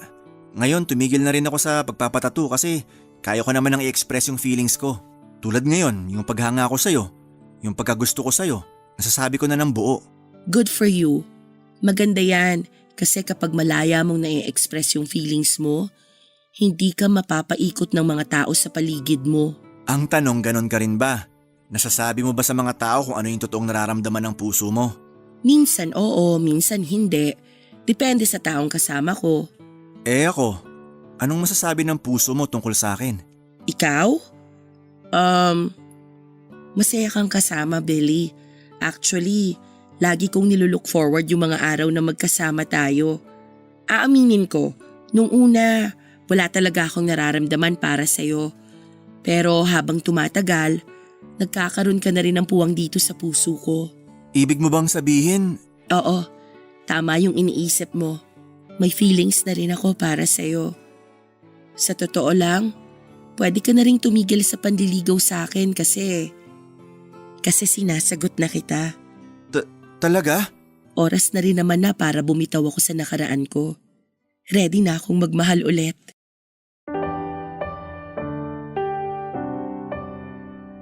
Papadudot, pinatunayan sa akin ni Billy na tama nga ang naging desisyon kong sagutin ko siya. Lagi akong nakakaramdam ng comfort kapag kasama ko siya. Siya na ang nagsisilbing safe space ko sa araw-araw. Siya ang naging source of strength ko kapag dinadalaw ako ng mga pagsubok sa buhay ko. Sinisigurado niyang bawat araw na magkasama kaming dalawa bilang magkasintahan ay nagiging memorable. At yun ang isa sa mga nagustuhan ko sa kanya. Lagi siyang may bagong handog para sa akin. For the next 8 months ay naging masaya ang relasyon naming dalawa ni Billy. Sa katunayan ay nahigitan pa nga niya ang standard na isinet ni Lino. Never kong naramdaman na magkaiba ang estado namin sa buhay. May pagkakataon nga na tuwing nalilipasan kami ng gutom ay kung saan-saan na lamang kami kumakain, mapakarinderya man yan o mamahaling restaurant. Walang kaso sa kanya kahit nasa karinderya pa kami kumain, kahit na hindi naman talaga siya kumakain sa mga ganong klase ng kainan. Ganon siya karespeto sa bawat desisyon ko. Lagi niyang binibigyan ng importansya ang pagiging equal namin sa relasyon, Papa Dudut. Papa Dudut, tuluyan na ngang nawala sa isip ko si Lino noong mga panahong yon. Masaya na ako noon sa piling ni Billy, secured na ako na kasama siya. Wala na ako ibang mahihiling pa dahil lahat ng inaasahan at maging mga hindi ko inaasahan ay naibibigay sa akin ni Billy noon. Nasa punto na nga kami ng relasyon namin na ready na akong mag-settle down. Hindi na rin kasi ako bumabata pa at alam naman nating kaming mga babae ay limited lang ang oras namin, lalo na kung gusto naming magkaanak. Kaya naman noong sumapit na sa 1 taon ng relasyon namin ni Billy ay nagsisimula na naming pag-usapan ang tungkol sa kasal. Pakiramdam ko noon ay siya na talaga ang para sa akin. Napakarami ko na ngang plano noon para sa future naming dalawa. Kapag nag-uusap kami ni Billy tungkol sa buhay-buhay, paminsan-minsan, ay isinisingit ko ang tungkol sa pagpapakasal. Hindi ko man directly sinasabi ay para bang nagpaparamdam na ako sa kanya tungkol sa kagustuhan kong ikasal. May times nga noon na kapag may mga sikat na taong ikinakasal o kaya ay mga kakilala naming nagpapakasal, ay lagi ko itong ibinabalita kay Billy. Umaasa kasi akong makaramdam din siya na ready na ako. Kaso nga lang ay hindi makuha-kuha ni Billy ang gusto kong ipahiwatig. Noong nag-celebrate nga kami ng Valentine's Day ay biniro ko siya. Nakala ko ay sing-sing na ang ibibigay niyang regalo sa akin. Ganon pa man, kahit anong biro at pasaring ang gawin ko, mukhang wala pa talaga noong plano si Billy na pakasalan ako.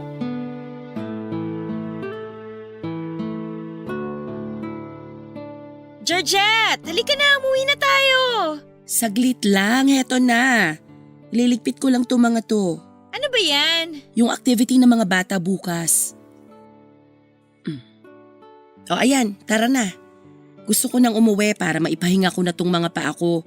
Nakakapagod tumayo buong araw. Sinabi mo pa. Pero gusto mo bang sumaglit muna tayo sa labas? Libre ko. Sa susunod na lang. Pagod talaga tong katawan ko eh. Sayang naman. Gusto ko pa naman sana mag-celebrate. Mag-celebrate ng ano? May ibabalita ako sa'yo. Wala pang ibang nakakaalam nito maliban sa asawa ko. Ikaw pa lang ang una. Ano yun? Malapit ka na maging ninang! Oh my gosh, buntis ka? Buntis ka ba? Yun ba yung ibig mong sabihin? Oo, 4 weeks! Namiss ko yung period ko, tapos sinubukan ko mag-pregnancy test at ayun, confirmed! Magkakaroon na ako ng baby! Oh, totoo ba? Congratulations! Excited na ako makakita ng mini tati. Ay, Wag lang sana magmana sa ugali ko kasi paniguradong sasakit ang ulo ko nun. Hala, nakakatuwa naman. Bigla ko tuloy na-realize na matanda na nga talaga tayo. Nagkakaanak na kayong mga kaibigan ko. True! Kaya ikaw, galaw-galaw, baka malipasan ka dyan. Heto na nga eh. Kinakarir ko na nga tong love life ko para naman makahabol ako sa inyo. May nagpaparamdam na ba? Nakakarinig ka na ba ng wedding bells? Wala nga eh. Ako yung nagpaparamdam pero parang bingi yung boyfriend ko, walang naririnig. Eh paano ba kasi yung pagpaparamdam na ginagawa mo? Hindi ko naman diretsang sinasabi na gusto ko nang magpakasal. Pero lagi kong ino-open sa kanya yung topic ng pagpapakasal. Na-share ko na nga sa kanya yung dream wedding ko eh. Kung sino yung gusto kong mga nasa entourage, kung ano yung kulay ng damit na mga dadalo at kung ano pa. Tapos, ano naman ang reaksyon niya? Nakikiplano din naman siya. Nagsishare din siya ng mga gusto niyang gawin sa kasal. O yun naman pala eh. Pero wala naman kasing nangyayari. Wala namang singsing. Wala pang pagluhod na nagaganap. Mas maganda siguro kung tapatin mo na siya. Sabihin mo sa kanya na gusto mo na magpakasal. Ganon kasi yung mga lalaki eh. Hirap silang makagets ng context clues. Kailangan diretsahan. Ganon kasimple ang pag-iisip ng mga lalaki. Ayaw nila yung mga nanghuhula sila. Ang pangit naman kasi kung ako magsasabi nun. Tsaka alam mo, feeling ko, gets niya naman yung gusto kong palabasin eh. Ayaw niya lang kagatin. Huwag mo na lang kasi munang pangunahan. Malay mo, nag-ready na pala siya. Mas maganda yung wala kang ine-expect. Mas masaya yun.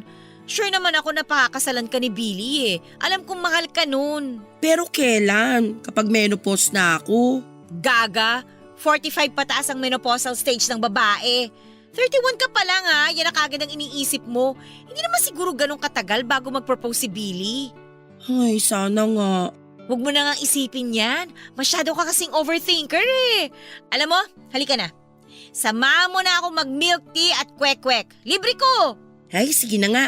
Tara na. Pero kwek-kwek lang. O di sige, shawarma kung gusto mo. Ayan, mas gusto ko yan. Gusto ko shawarma rice ha. Oo na, halika na. Marami pa tayong pag-uusapan.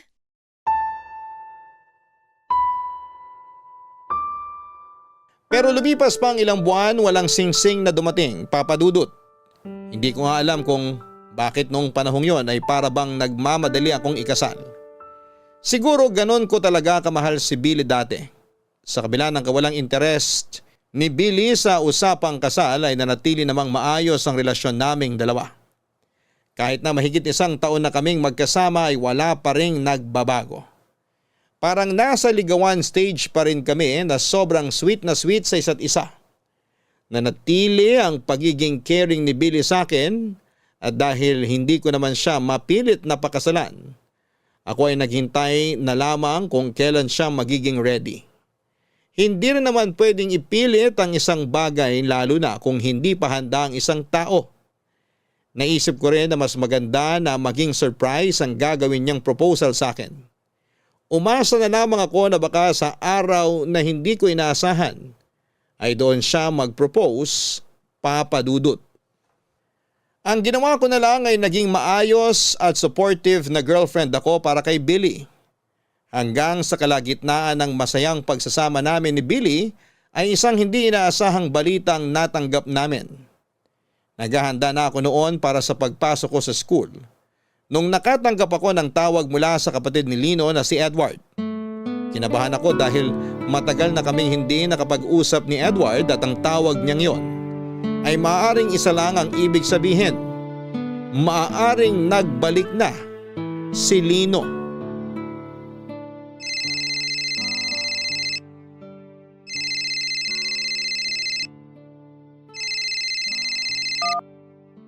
Hello? O Edward, napatawag ka. Good morning. Pasensya ka na kung bigla ako napatawag ha. Walang problema. Anong meron? Sa'yo ang anong meron. Ang tagal na niyang paus mo ah. Nung huli tayo magkausap, paus ka. Hanggang ngayon, paus ka pa rin. Ay, nangiinip na nga ako eh. Sobrang tagal na nito. Gusto ko nang bumalik sa normal yung boses ko. Pero tuloy-tuloy naman yung pagpapacheck up ko. Binago na rin kahit papano yung lifestyle ko. Iniiwasan ko na ring ma-stress para di na ma-trigger allergy ko. Tsaka para di na rin ako magkasakit. Alam mo, maganda yan. Makakatulong talaga sa overall well-being ang lifestyle change. Ay, sandali. Nasaan ka ngayon? Nandito sa bahay, naghahanda na para sa school. Bakit? May ibabalita kasi ako sa'yo eh. Magandang balita. Tungkol ba to kay Lino? Oo, bumalik na si Lino. Nandito na siya. Talaga? Kailan pa? Nag-message siya sa akin kagabi. Sabi niya on the way na daw siya pabalik ng Maynila. Kasusundo ko lang sa kanya kanina madaling araw. Pero saan daw siya galing? Saan siya nagtago nito mga nakaraang taon? Sa Tugigaraw. Tugigaraw? Di ba nanggaling ka na doon noon? Sabi mo wala siya doon. Ang totoo niyan, nung nagpunta ako sa probinsya namin, nakita ko talaga siya ron. Ano? Bakit hindi mo sinabi sa akin? Hiniling kasi ni Lino na wag ko na munang ipagsabi sa iba eh. Pati na rin sa'yo. Ayaw daw niya na may makaalam ng kinaroroonan niya. Gusto niya munang malayo sa mga taong kakilala niya. Kaya pala, sabi na eh. Hindi ka basta-basta titigil na lang sa paghahanap sa kapatid mo ng gano'n na lang. Yun pala, alam mo na kung nasaan siya. Sorry kung naglihim ako sa'yo. Medyo selfish kayo pareho sa part na yun. Pinag-alala niyo ako ng mahabang panahon, alam mo ba yun? Alam ko kung paano ka nag-alala para sa kapatid ko. Gustong-gusto ko na nga sanang sabihin sa'yo yung totoo eh, kaso naisip ko, wala naman ako sa lugar para pangunahan yung kapatid ko sa mga desisyon niya sa buhay. Siguro mas mabuti kung siya na lang ang kausapin mo tungkol dyan. Hayaan mo na nga yun. Ang mahalaga, nakabalik na siya. Gusto ka raw niya makita agad kung sakaling may time ka. Nasaan ba siya ngayon? Nagpapahinga pa siya. Napagod siya sa biyahe. O sige, susubukan naming pumunta dyan sa inyo mamaya pagkatapos ng klase ko. Okay, sige. Okay, bye-bye. Bye. Georgette, ready ka na ba?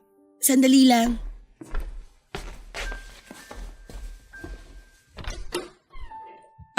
Billy, sandali, hindi pa ako nakapagbihes.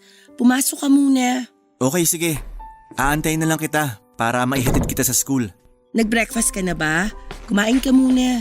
Tapos na ako. Salamat. Magbibihes na sana ako, kaso biglang tumawag si Edward. Yung kapatid ni Lino? Bakit daw? May binalita siya sa akin. Hulaan mo kung ano? Ano? Bumalik na si Lino. Talaga? Kailan pa? Kakauwi lang daw niya kaninang madaling araw. Nandun siya sa bahay ng kuya niya ngayon. Wow! Bakit daw siya bumalik? Anong bakit?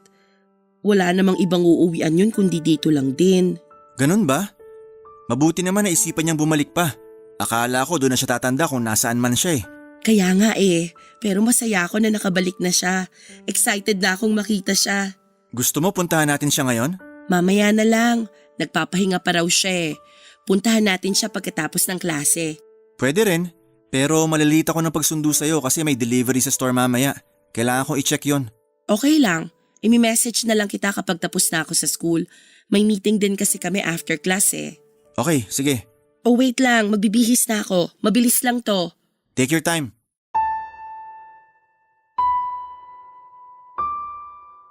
Hindi ko alam kung anong klaseng emosyon ang naramdaman ko noong narinig ko ang balita. Pinaghalong saya, kaba, gulat at pagkalito ang naramdaman ng puso ko. Sa mahabang panahon ng pagkawala ni Lino, hindi ko inaasahan na babalik pa siya pero nagbalik siya, Papa Dudut. Pagkarinig ko pa lang sa pangalan niya ay parang tubig na muling dumaloy sa utak ko ang lahat ng memories naming dalawa ni Lino. Pumasok ako sa trabaho na ang buong isip ko ay na kay Lino. Inimagine ko kung may nagbago ba sa itsura niya. Kung kumusta na siya. Pagkatapos ng meeting namin ay sinundo ako ni Billy sa school at sabay kaming nagpunta sa bahay nila Edward kung saan ay pansamantalang nakikitira si Lino. Iba yung kaba ang naramdaman ko ng time na yon habang nasa biyahe. Hindi ko alam kung paano ko haharapin si Lino matapos ang napakahabang panahon. Noong sa wakas ay nagkita na kami, nakahinga ko dahil kitang-kita sa kanyang mukha na maganda ang kinalabasan ng pagkawala nito. Agad niya akong niyakap ng napakahigpit. Makikita sa mga mata nito ang saya noong sa wakas ay nasilayan na niya ako. Masaya niyang ibinalita sa akin na nagbalik na siya. na nagbago na siya at handa na siyang umibig muli. Nagpasalamat siya na nahintay ko raw siya. Pero sa likod ng magandang balita na dala nito ay sinalubong ko naman siya ng masamang balita. Ipinaalam ko sa kanya ang sitwasyon ko na hindi na pwedeng bumalik pa ako sa kanya dahil boyfriend ko na noon si Billy. Hanggang dito na lamang muna ang kwento ko sa inyo, Papa Dudut. Maraming salamat sa pakikinig at pagbabahagi ng story ko sa ating mga kabarangay. Mabuhay po kayo. Ang inyong forever kapuso at kabarangay, Georgette. Mga kabarangay, maging maingat tayo sa oras at damdamin ng isang taong naghihintay para sa atin. Dahil may hangganan ang bawat pangunawa at pasensyang kayang ibigay ng isang tao. At kapag hindi natin ito binigyan ng importansya ay darating ang araw na mapagtatanto nating tayo man ay magbalik. Maaring huli ang lahat para sa inaasahan nating comeback. Hanggang sa muli, ako po ang inyong si Papa Dudut sa mga kwento ng pag-ibig, buhay at pag-asa sa Barangay Love Stories number 1. Sabay-sabay nating pakinggan ang iyong kwento ng pag-ibig, buhay at pag-asa. Ipadala lang sa barangaylovestories@yahoo.com. Nagustuhan ng iyong napakinggan? Ituloy yan via live stream sa www.gmanetwork.com/radio. Barangay Love Stories. Love Stories. Mahirap maging magulang lalo na kung hindi ka pa handa. Mas lalong mahirap maging magulang kung alam mong kahit ikaw mismo ay kailangan pang alagaan. Ikaw, kapuso, kaya mo na bang maging magulang?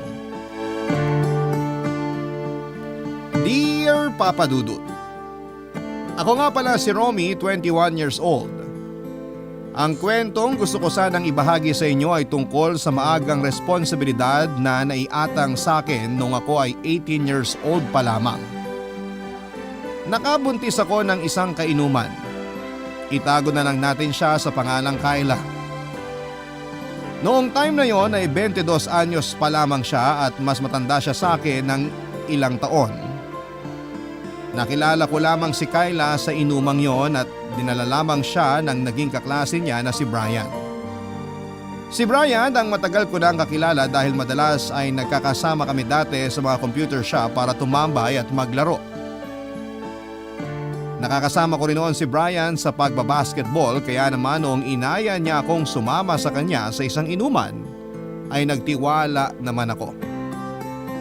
Agad akong sumama noon at doon ko na nga nakilala si Kyla. Hindi naman kami masyadong nakapag-usap ni Kyla sa inuman dahil silang dalawa ni Brian ang nagkwekwentuhan. Marami pa kaming ibang nakasama na bigla na lamang dumating habang nasa kalagitnaan kami ng inuman. Naging masaya ang gabing yon at hindi ko na namalaya na nakarami na pala ako ng inom. Ang naalala ko lang noon ay lumakas ang loob ko na kausapin si Kyla. Kaming dalawa na noon ang nagkwekwentuhan habang si Brian naman ay nakipag-usap na sa ibang kasamahan namin. Napasarap ang usapan namin ni Kyla habang lumalalim ang gabi. At hindi ko na namalaya na nakarami na pala kaming dalawa ng alak. Hindi ko na maalala ang mga sumunod na pangyayari, Papa Dudut. Basta nagising na lamang ako sa kwarto ni Brian. Mag-isa ko lang noon habang si Brian naman ay sa sala nakatulog. Umalis na ako kaagad after kong magpaalam sa kanya dahil napuno na ng maraming missed call ang cellphones ko mula sa nanay ko. Sinubukan kong hanapin si Kyla bago ako umalis para magpaalam pero sinabi ni Brian na maaga raw umalis si Kyla dahil may kailangan pa siyang asikasuhin sa trabaho niya. Noong gabi ng inuman ay huling beses na nakasama ko si Kyla, Papa Dudut. At makalipas ang 3 buwan ay muli ko siyang nakita.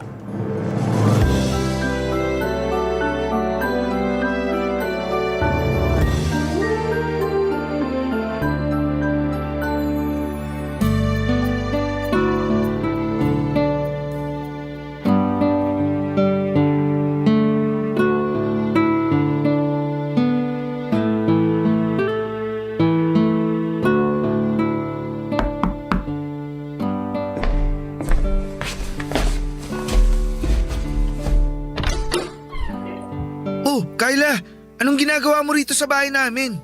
Pwede ba tayong mag-usap? Sige, pasok ka.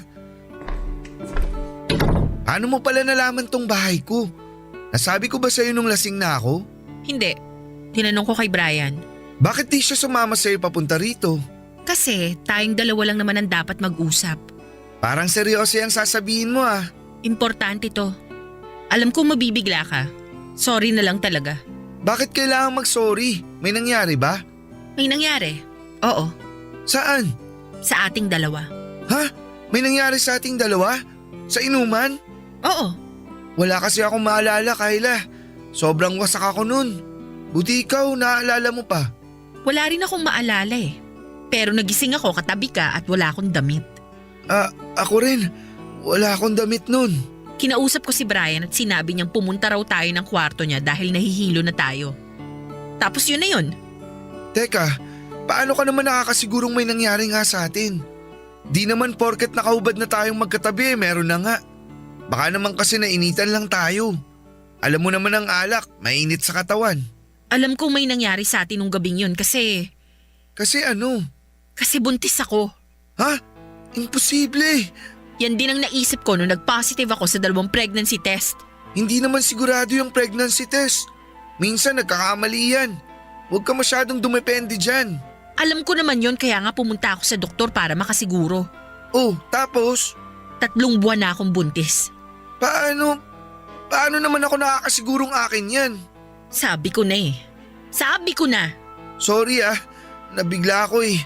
Saka wala akong maalala sa mga nangyari. Ganyan naman kayong mga lalaki eh. Bigla kayong magkaka-amnesia kapag nalaman yung nakabuntis na kayo. Mambibintang pa kayo na baka ibang lalaking nakabuntis sa amin.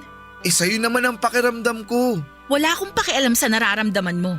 May pakialam ako dito sa nabuo nating to. Paano nga ako makakasigurong akin yan? Lasing na ako noon. Di na ako halos makabangon sa kama. Paano may mangyayari pa sa atin?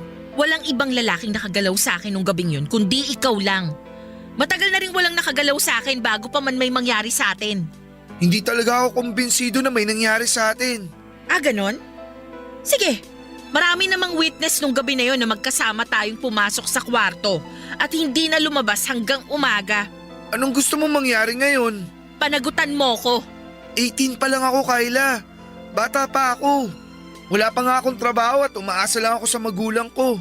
Pwes, kailangan mo nang magbanat ng buto dahil magiging tatay ka na. Sa ayaw at sa gusto mo, panagutan mo to. Kundi susumbong kita sa ninong kong polis. Okay.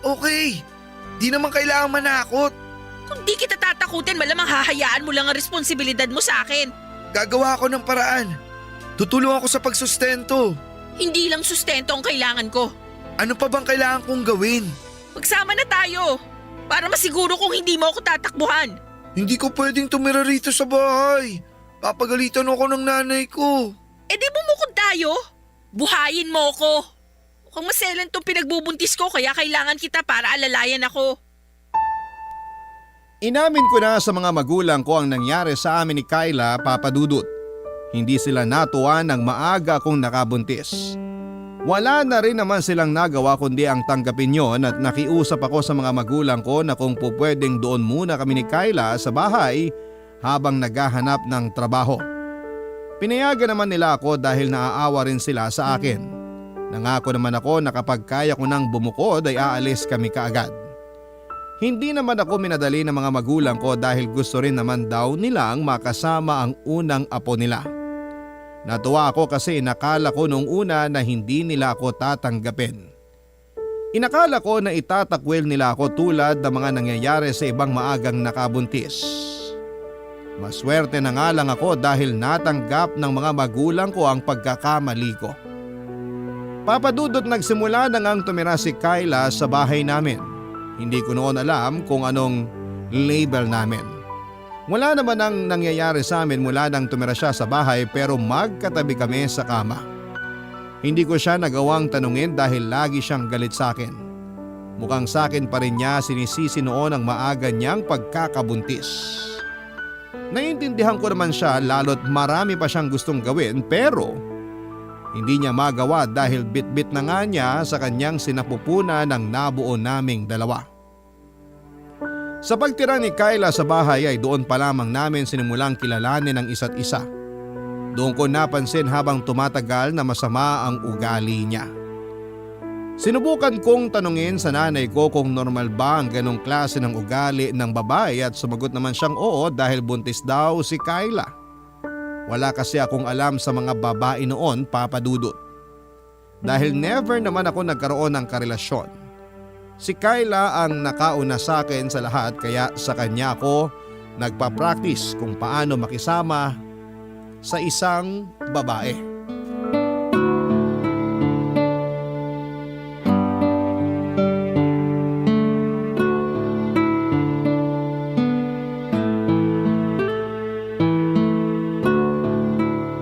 Romy!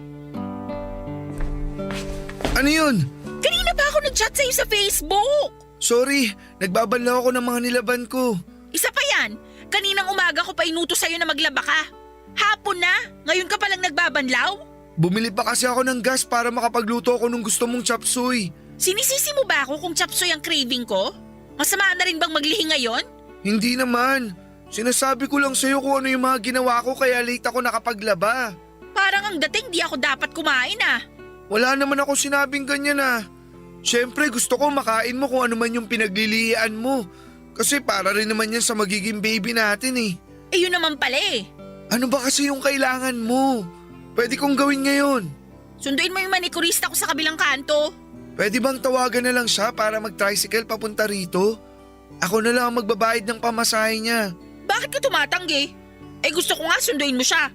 Gusto mo ako na lang ang tumawag sa kanya? Hindi ba niya alam pumunta rito? Alam niya. Ano akala mo sa kanya, bobo? Hindi naman ganyan ang gusto kong sabihin. Eh bakit kasi ayaw mo pang sunduin para hindi na tayo nagtatalo? Di ko pa kasi tapos yung binabanlawan ko eh. Ang lakas ng loob mong magtanong kung ano ipapagawa ko? Hindi mo naman pala gagawin. Di na kasi natin dapat ikastress yung pagpunta rito ng manikurista mo. Diyan lang naman pala siya sa kabilang kanto eh. Madali na lang siya makakapunta rito. Eh gusto ko nga sunduin mo siya. Ngayon na ba talaga? Hindi, next year.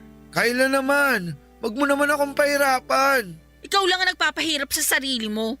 Kung hindi ka nakikipagtalo ngayon, edi sana andito na yung manikurista ko at kinukutkot na yung ingron ko. O sige na, susunduin ko na. Saan ba siya banda? Tapat ng barangay hall yung bahay nila. Light blue yung kulay ng bahay. May puno ng nyug sa tabi. O sige, magsusuklay lang ako at magbibihis. Liligawan mo ba yung manikurista ko? Bakit kailangan magsuklay at magbihis? Basa na kasi tong damit ko kakalabaw oh. Okay lang yan, mahangin naman sa labas. Matutuyo yan panigurado. Magbihis na lang din ako para komportable pag naglalakad. Siguro nagpapapogi ka nun sa manikurista ko, no? Ha? Di ko pa nga nakikita yun kahit minsan eh. Bakit naman ako magpapapogi sa kanya? Eh di wag ka nang magbihis, wag ka nang magsuklay. Kung anong itsura mo ngayon, ganyan ka na pumunta ron. O sige, aalis na ako. Tsaka pakibayaran mo na nga pala ngayon yung inutang kong rejuvenating set dun sa store na katabi natin. Ala, wala pa akong sahod ngayon. Wala akong pera rito. Pamasahe ko lang at allowance para bukas ang meron ako. Okay lang yan. Pang-down mo na lang sa inutang ko yan para hindi na ako sinisingil. Ang kulit eh. Paano naman yung pamasahe ko? Bata ka pa. Di naman siguro sasakit ang tuhod mo kung maglalakad ka papuntang trabaho, di ba? Malayo yung trabaho ko. Kailangan talagang sumakay. O di mag 1, 2, 3 ka sa jeep. Sa sahod ko na lang babayaran yung inutang mo. Ay hindi. Bayaran mo na ngayon kung ayaw mong sumama ang loob ko. Sige ka. Kawawa ang magiging anak natin kung puro stress ang nafe-feel ko. Hindi ako nakapalag sa gusto ni Kyla, Papa Dudut. Pumanhik ako ng kwarto namin para kunin ang natitirang pera ko na nilaan ko para sa baon ko sa work. Naisip kong umutang na lamang sa nanay ko ng pamasahe ko habang wala pa akong sahod. Napaatras lamang ako sa plano ko dahil hindi pa pala ako nakabayad kay nanay mula nang umutang ako sa kanya para sa pambili ng makeup ni Kyla. Nag-isip ako kung saan ako uutang dahil nautangan ko na halos lahat ng kaibigan at kamag-anak ko dahil sa mga pinabibili ni Kyla. Nanakit lang ang ulo ko sa kakaisip at naisip ko na ngang umabsent pero nangihinayang ako sa makakaltas sa sahod ko kung hindi ako papasok. Muwaba na ako mula sa kwarto at saka nagpaalam kay Kyla para sunduin na ang manikurista niya. Pagkalabas ko ng bahay ay inuna kong bayaran ng utang ni Kyla sa store na katabi namin. Binungungaan pa ako ng tendera dahil hindi raw nag-reply si Kyla sa mga text niya. 2 buwan na palang hindi nakakabayad si Kyla sa kanya. Napasama ng tendera ang loob ko, lalo't may mga customer pa siya noon na kaharap. Nakita tuloy nila na ako ang pinagalitan dahil sa utang ni Kyla. Nagmadali na lamang akong umalis at saka sinundo na ang manikurista ni Kyla. Pagkarating ko sa bahay noong kasama na ang manikurista ay nalaman kong nakalis na pala siya papunta sa bahay namin. Nainis ako noong nalaman kong nakalimutang sabihin ni Kyla sa manikurista niya na susunduin ko siya kaya nagmadali siya na pumunta ng bahay. Umuwi na ako noon at naabutan ko si Kyla na pinapagalitan ng manikurista niya dahil hindi niya gusto ang mga nail polish na nadala noong manikurista. Hinabaan ko ang pasensya ko kay Kyla dahil naisip kong buntis siya kaya ganun lamang ang ugali niya. Pero noong nakapanganak na siya ay ganun pa rin ang pag-uugali niya, Papa Dudut. Actually, mas lumala ang kagaspangan ng ugali niya mula nung nakapanganak na siya. Doon ko lang naisip na baka iyon na talaga ang ugali niya kahit noong hindi ko pa siya nabubuntis.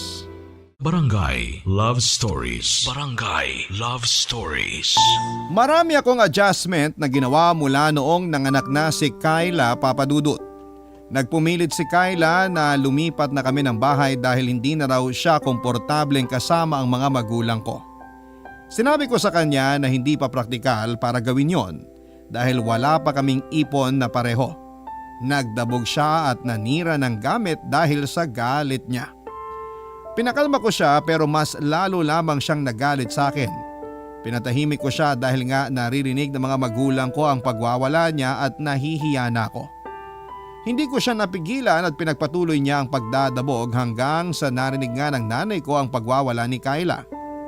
Kinausap ako ni nanay at tinanong kung ano ang nangyayari. Sinabi ko naman lahat at napailing na lamang si nanay. Sinisi niya ako kung bakit nakabuntis ako ng maaga.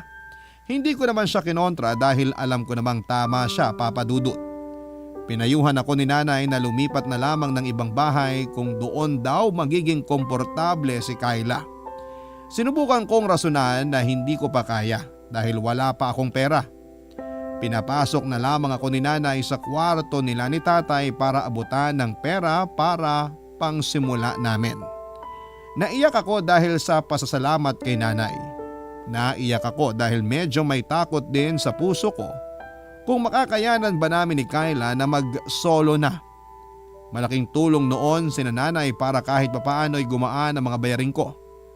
Labag man sa loob ko ay tinanggap ko ang perang inabot ni nanay para makapagsimula na. Wala pang 2 linggo ay nakalipat na kami sa maliit na apartment. Kinutya pa yun ni Kyla dahil masyadong maliit para sa kanya pero sinabi ko na pwede naman kaming lumipat kapag medyo umasenso na. Pinanghawakan niya yon at lagi niya yung sinasabi sa akin kapag naaalibadbaran siya sa bahay. Lalo na nung nanganak na siya at kailangan pa naming magstay ng matagal sa inuupahan namin.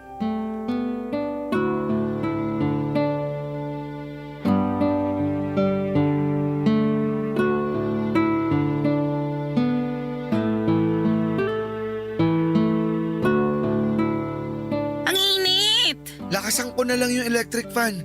Kahit itodo mo ang electric fan na yan, wala pa rin magagawa yan. Summer kasi. Tiis-tiis na lang muna. Hindi dahil sa panahon kaya mainit eh.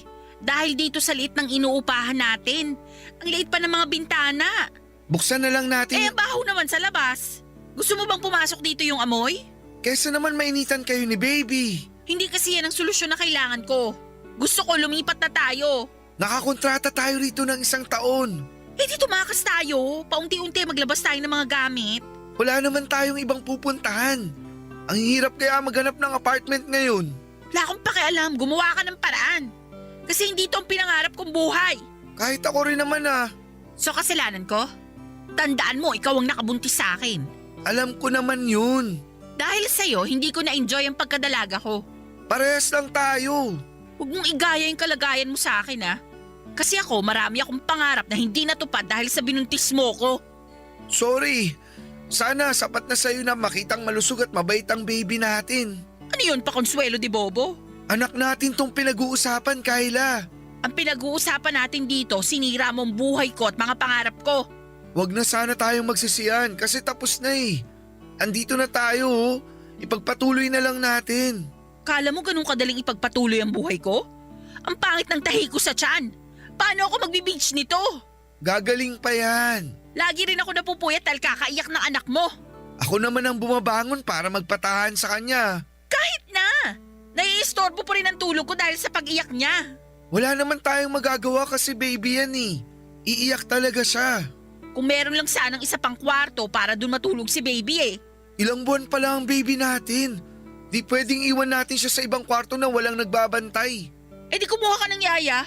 Hindi natin kayang magbayad ng yaya. Kumayod ka kasi ng todo para makayanan mong magbayad ng yaya. Kaya ko namang alagaan si baby. Eh paano kapag nasa trabaho ka, sino mag-aalaga sa kanya? Siyempre, ikaw. Iaasa mo sa akin maghapon ng pag-aalaga sa baby natin? Tapos ikaw aalagaan mo lang siya pagkarating mo? Hanggang madaling araw naman, ako ang nagbabantay sa kanya. Saka pag day off ko, di ba? Ako naman ang nag-aasikaso sa inyo. Huwag mong isumbat yan sa akin. Obligasyon mong alagaan ang anak mo. Alam ko yun. Kyla, alam mo? Hayaan mo, kapag medyo nakabawi na, lilipat na tayo. 2 kwarto ah. Oo, sige. Maraming bintanang malalaki. Saka dapat di mabaho yung paligid. Alam mong sensitive yung ilong ko sa mabaho. Oo. Magsimula ka na kayong mag2 trabaho para afford na natin ang yaya. Pag-iisipan ko. Kapag kaya na, bakit hindi? Huwag mo lang basta pag-isipan. Gawin mo!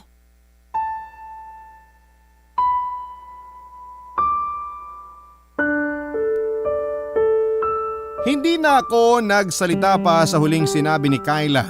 Alam kong kahit na anong gawin ko noon ay hindi ako ang mananalo sa kanya. Lagi niya akong dinadaan sa sindak, kaya naman hindi na rin ako lumalaban pa noon. Hindi ko nagawang ipagtanggol ang sarili ko sa kanya lalo na kapag kinukutyanan niya ako. Ayoko lang pasamain ang loob niya noon kaya tinanggap ko na lamang ang lahat ng sinasabi niya sa akin. Nagpaalam ako sa kanya para bumili ng diapers ng baby namin. Gusto ko lang noon na makalabas at makalayo kay Kyla kahit saglit lang. Nagkulong naman siya sa kwarto kasama ang baby namin. Pagkatapos noon ay lumabas na ako ng bahay para pumunta ng tindahan.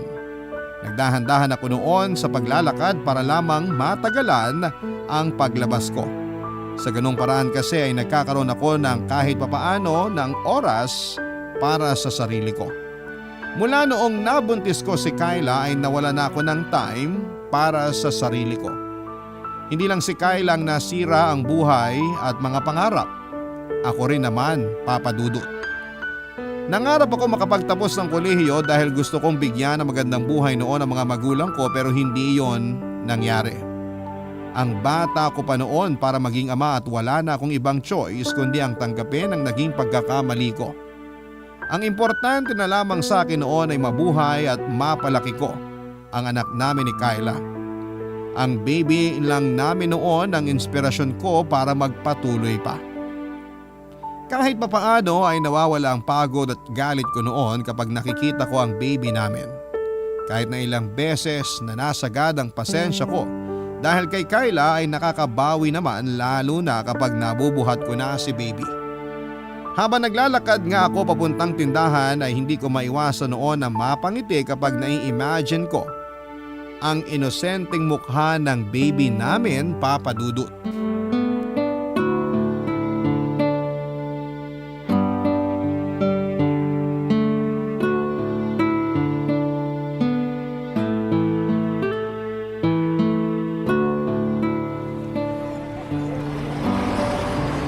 Tao po!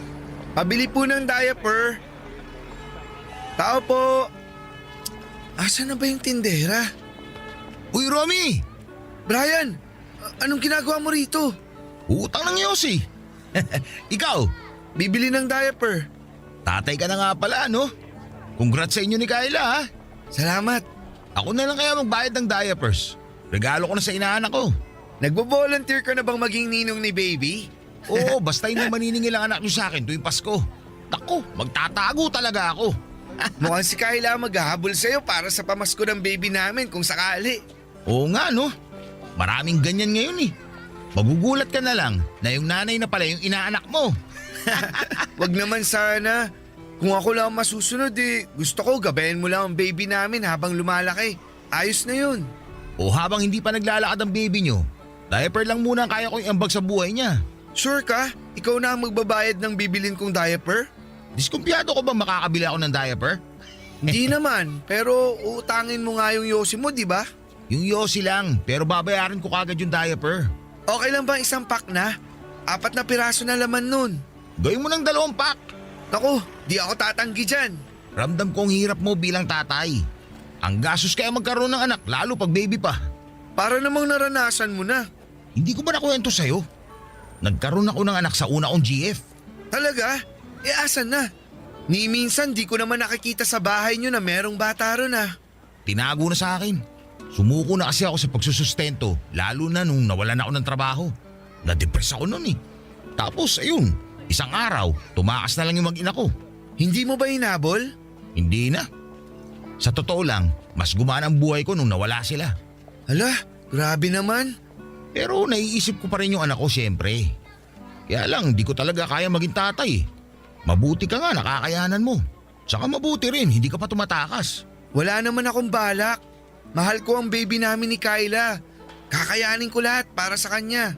Eh di ikaw na ang ulirang ama. Pero tama ka. Ang hirap maging tatay. Marami pa akong gustong gawin para sa sarili ko pero di ko na magawa dahil kailangan kong unahin ang mag-ina ko. Naiintindihan kita dyan. Di ka na maagala kasi kailangan mo mag-alaga ng bata, no? Oo. Di na nga rin nasasayaran ng alak tong lalamunan ko kahit ilang patak lang eh. Ganyan na ganyan ako nun. Parusa talaga. Pati yung pangarap kong makapagtapos ng pag-aaral, di ko na nagawa. Napilitan akong pumasok sa trabahong di ko naman gusto. Di ako makaalis kasi kailangan kong unahin yung ipangbubuhay ko sa mag-ina ko. Mas sila na kasi ang importante sa akin ngayon. Uunahin ko na sila kaysa sa sarili ko. Alam mo, gagawin ko ng 4 na pack ng diaper ang bilhin. Naaawa ako sa'yo eh. Naku, hindi naman kailangan. Sorry, naglabas lang ako ng sama ng loob ko. Naipon na kasi. Hayaan mo na yon. Naiintindihan kita. Saka, paraan ko na rin siguro to para di na ako makonsensya sa pagpapabaya ko nun sa anak ko. Nakapag-usap pa kami ni Brian habang hindi pa lumalabas noon ang tindera ng store. Marami akong sinabi sa kanya na mga nasayang sa buhay ko pero hindi ko sinabi ang kasamaan ng ugali ni Kyla. Kahit naman ganoon si Kyla noon sa akin ay nanay pa rin siya ng anak ko. Ayoko naman noon na sirain ang nanay o siraan ang nanay ng anak ko sa ibang tao dahil pangit ang labas noon sa aming pamilya. Noong lumabas na ang tindera ay agad bumili si Brian ng diapers at inabot sa akin. Ako naman ang nagbalik ng pabor sa kanya at binilhan siya kahit na ilang piraso lang ng yosi para hindi na niya kailangang utangin pa yon. Nagpasalamat naman si Brian at matapos noon ay sabay na kaming naglakad. Napahinto lang kami noon para magyosi siya. Pumayag naman akong samahan siya dahil ayoko pa ring umuwi noon. Tinuloy lang namin ang kwentuhan pero sa ibang masayang bagay na para hindi na kami parehong malungkot. Nang nakauwi na ako ng bahay ay naabutan ko si Kyla na nakasimangot. Hindi niya mapatahan noon ang baby namin. Sinisi niya ako dahil lumabas ako ng bahay at iniwan sa kanya ang baby namin. Minsan tuloy ay naiisip ko dahil sa inaasta noon ni Kyla na hindi naman niya totoong mahal ang anak namin. Tinanggal ko lang kaagad sa isipan ko ang ideya na yon dahil ayoko nang mas lalo pang pabigatin ang sitwasyon ko. Nagpalit lamang ako ng damit at saka kinarga na ang anak namin. Napatahan ko si baby at doon na naging masaya ko. Iba sa pakiramdam kapag sa'yo nagiging payapa ang anak mo. Inihele ko si baby habang si Kyla naman ay nagbalik na sa kwarto para raw matulog. Hinayaan ko na lamang siya para matahimik na rin kami ni baby. Naiwan kami sa sala ni baby Papa Dudut. Isa yon sa mga pinakagusto kong nangyari sa akin dahil napatahan ko ang anak ko sa sandaling pagbuhat ko sa kanya. Doon ko naramdaman na mahal din pala ako ng anak ko Barangay Love Stories. Barangay Love Stories. Mabilis na lumipas ang mga taon at nakapag-celebrate na ako ng aking 21st birthday. Sinikap kong maghanda ng pansit at loaf bread para naman may pagsaluhan kami ni Kayla.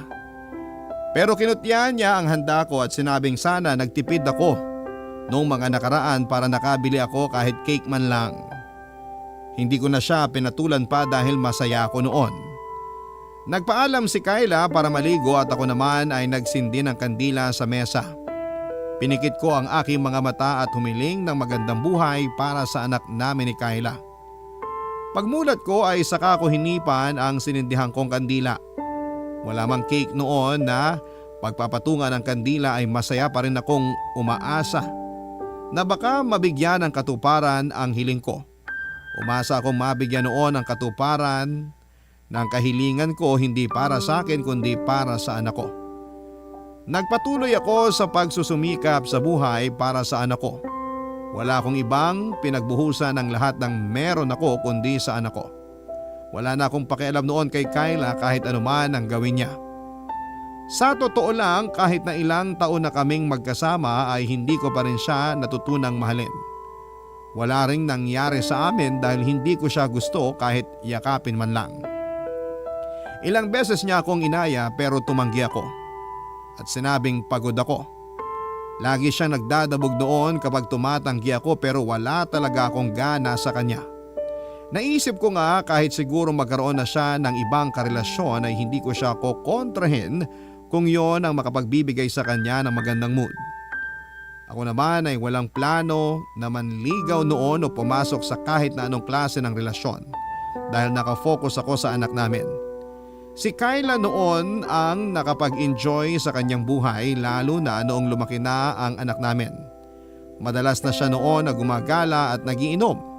Hindi ko naman siya pinipigilan kung yon ang paraan niya para hindi kami magtalo pa, Papa Dudut.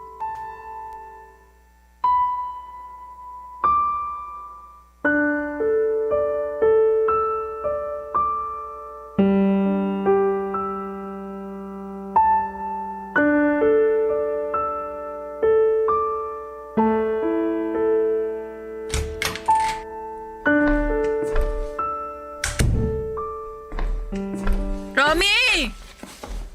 Romy! Hoy, huwag kang sumigaw. Kakatulog lang ng anak natin. Ay, wala akong pakialam. Ginabi ka na naman. Wala kang pakialam. Sa susunod, magsabi ka na lang kung saan ka pupunta at kung anong oras ka uuwi. Minsan kasi nahanap ka ng anak natin eh. Wala akong pakialam sa kanya. Yang bunganga mo naman. Anak natin yun. Kundi dahil sa kanya, sa inyong dalawa, baka natuloy na ako mag-DH sa Hong Kong. Panira kayo ng pangarap sa buhay. Pwede ka pa namang mangibang bansa kung gusto mo ah. Ngayon pa kung kailan tinatamad na ako? Ipagtitimpla kita ng kape. Magkape ka muna para bumaba yung amats mo. Yoko niyan! May sabaw pang natira yung niluto kong nilagang baka. Gusto mo yun na lang initin ko para may mahigop ka? Ayoko! Gusto ko ng maraming pera! Yung marami! Ay, maligo ka na lang para makaiga ka na. Hindi mo ba narinig yung sinabi ko? Gusto ko maraming pera! Lahat naman tayo gusto yan. Lalo sa atin na magulang na. Kailangan natin para mapaganda ang buhay ng anak natin. Wala akong pakialam sa buhay ng anak natin. Uy, Kayla! Gusto ko lang ng maraming pera para makabili ako ng mga gusto ko. Makabili ng bagong damit. Makapagpagupit sa mamahaling parlor sa mall. Kapag may extra ako, bibigyan kita. Lagi mo namang sinasabi yan, pero wala kang ibang inaabot sa akin kundi pangbili ng gatas at diaper ng anak mo. Kasi yun naman ang priority natin, di ba? Ikaw, yun ang priority mo. Ay, matulog ka na nga. Lasing ka lang kaya ka nakakapagsalita ng ganyan.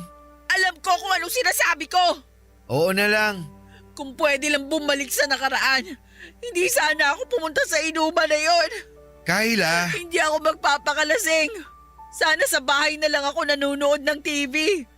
Ngayon, ni manood ng paborito kong palabas sa TV, hindi ko magawa dahil sa pang-iistorbo niyang anak mo. Anak natin. Kung kaya ko lang ibalik ang dati, Promise, hindi talaga ako magpapabuntis. Ay, nagkulong na lang sana ako sa bahay namin. Kasi ngayon wala na. Nakakulong na lang ako sa ganitong buhay. Wala na tayong magagawa kundi tanggapin na lang ang lahat. Madali para sa'yo kasi wala ka namang pangarap sa buhay. May pangarap ako. Hindi lang sa'yo yung nasira, pati sa akin. Kapag naiisip ko yung gabing yun, naiinis ako. Kayla, sige na, matulog na tayo. Maaga pa ako bukas. Bukas na lang tayo mag-usap kapag klaro na ang isipan mo. Kapag di ka nalasing. Alam ko kung anong sinasabi ko. Klaro pa ang isipan ko. Oo na lang. Sige na, maligo ka na para makatulog na tayo. Para patunayan ko sa'yo na klaro ang isipan ko. Kahit lasing ako, etong sayaw. Hindi ikaw ang tatay ng anak natin. Oo na lang. Matulog na para... Baka nakakalimutan mo. Dalawa kayo ni Brian na nasa kwarto doon. Dalawa kayo. Nanginig ako sa mga sinabi ni Kayla at hindi ko maproseso noon ang mga sinabi niya sa akin dahil pakiramdam ko ay hindi totoo yon. Tinawanan niya lamang ang pananahimik ko at saka tumakbo papunta sa banyo para magsuka. Nanatili ako nakatayo sa pwesto ko dahil hindi ko alam kung ano pa ang mga gagawin ko. Bigla tuloy ay nagsisulputan ang mga alaala ko noong gabing nagkainuman kami ni Kayla at ni Brian. Biglang naging klaro ang ibang detalye na malabo noong simula. Magkatabi at magkausap man kami noon ni Kayla pero iba ang tinginan nila ni Brian noon. Totoong nalasing ako pero naramdaman kong may tumulong sa aking dalawang tao para pumasok sa kwarto ni Brian.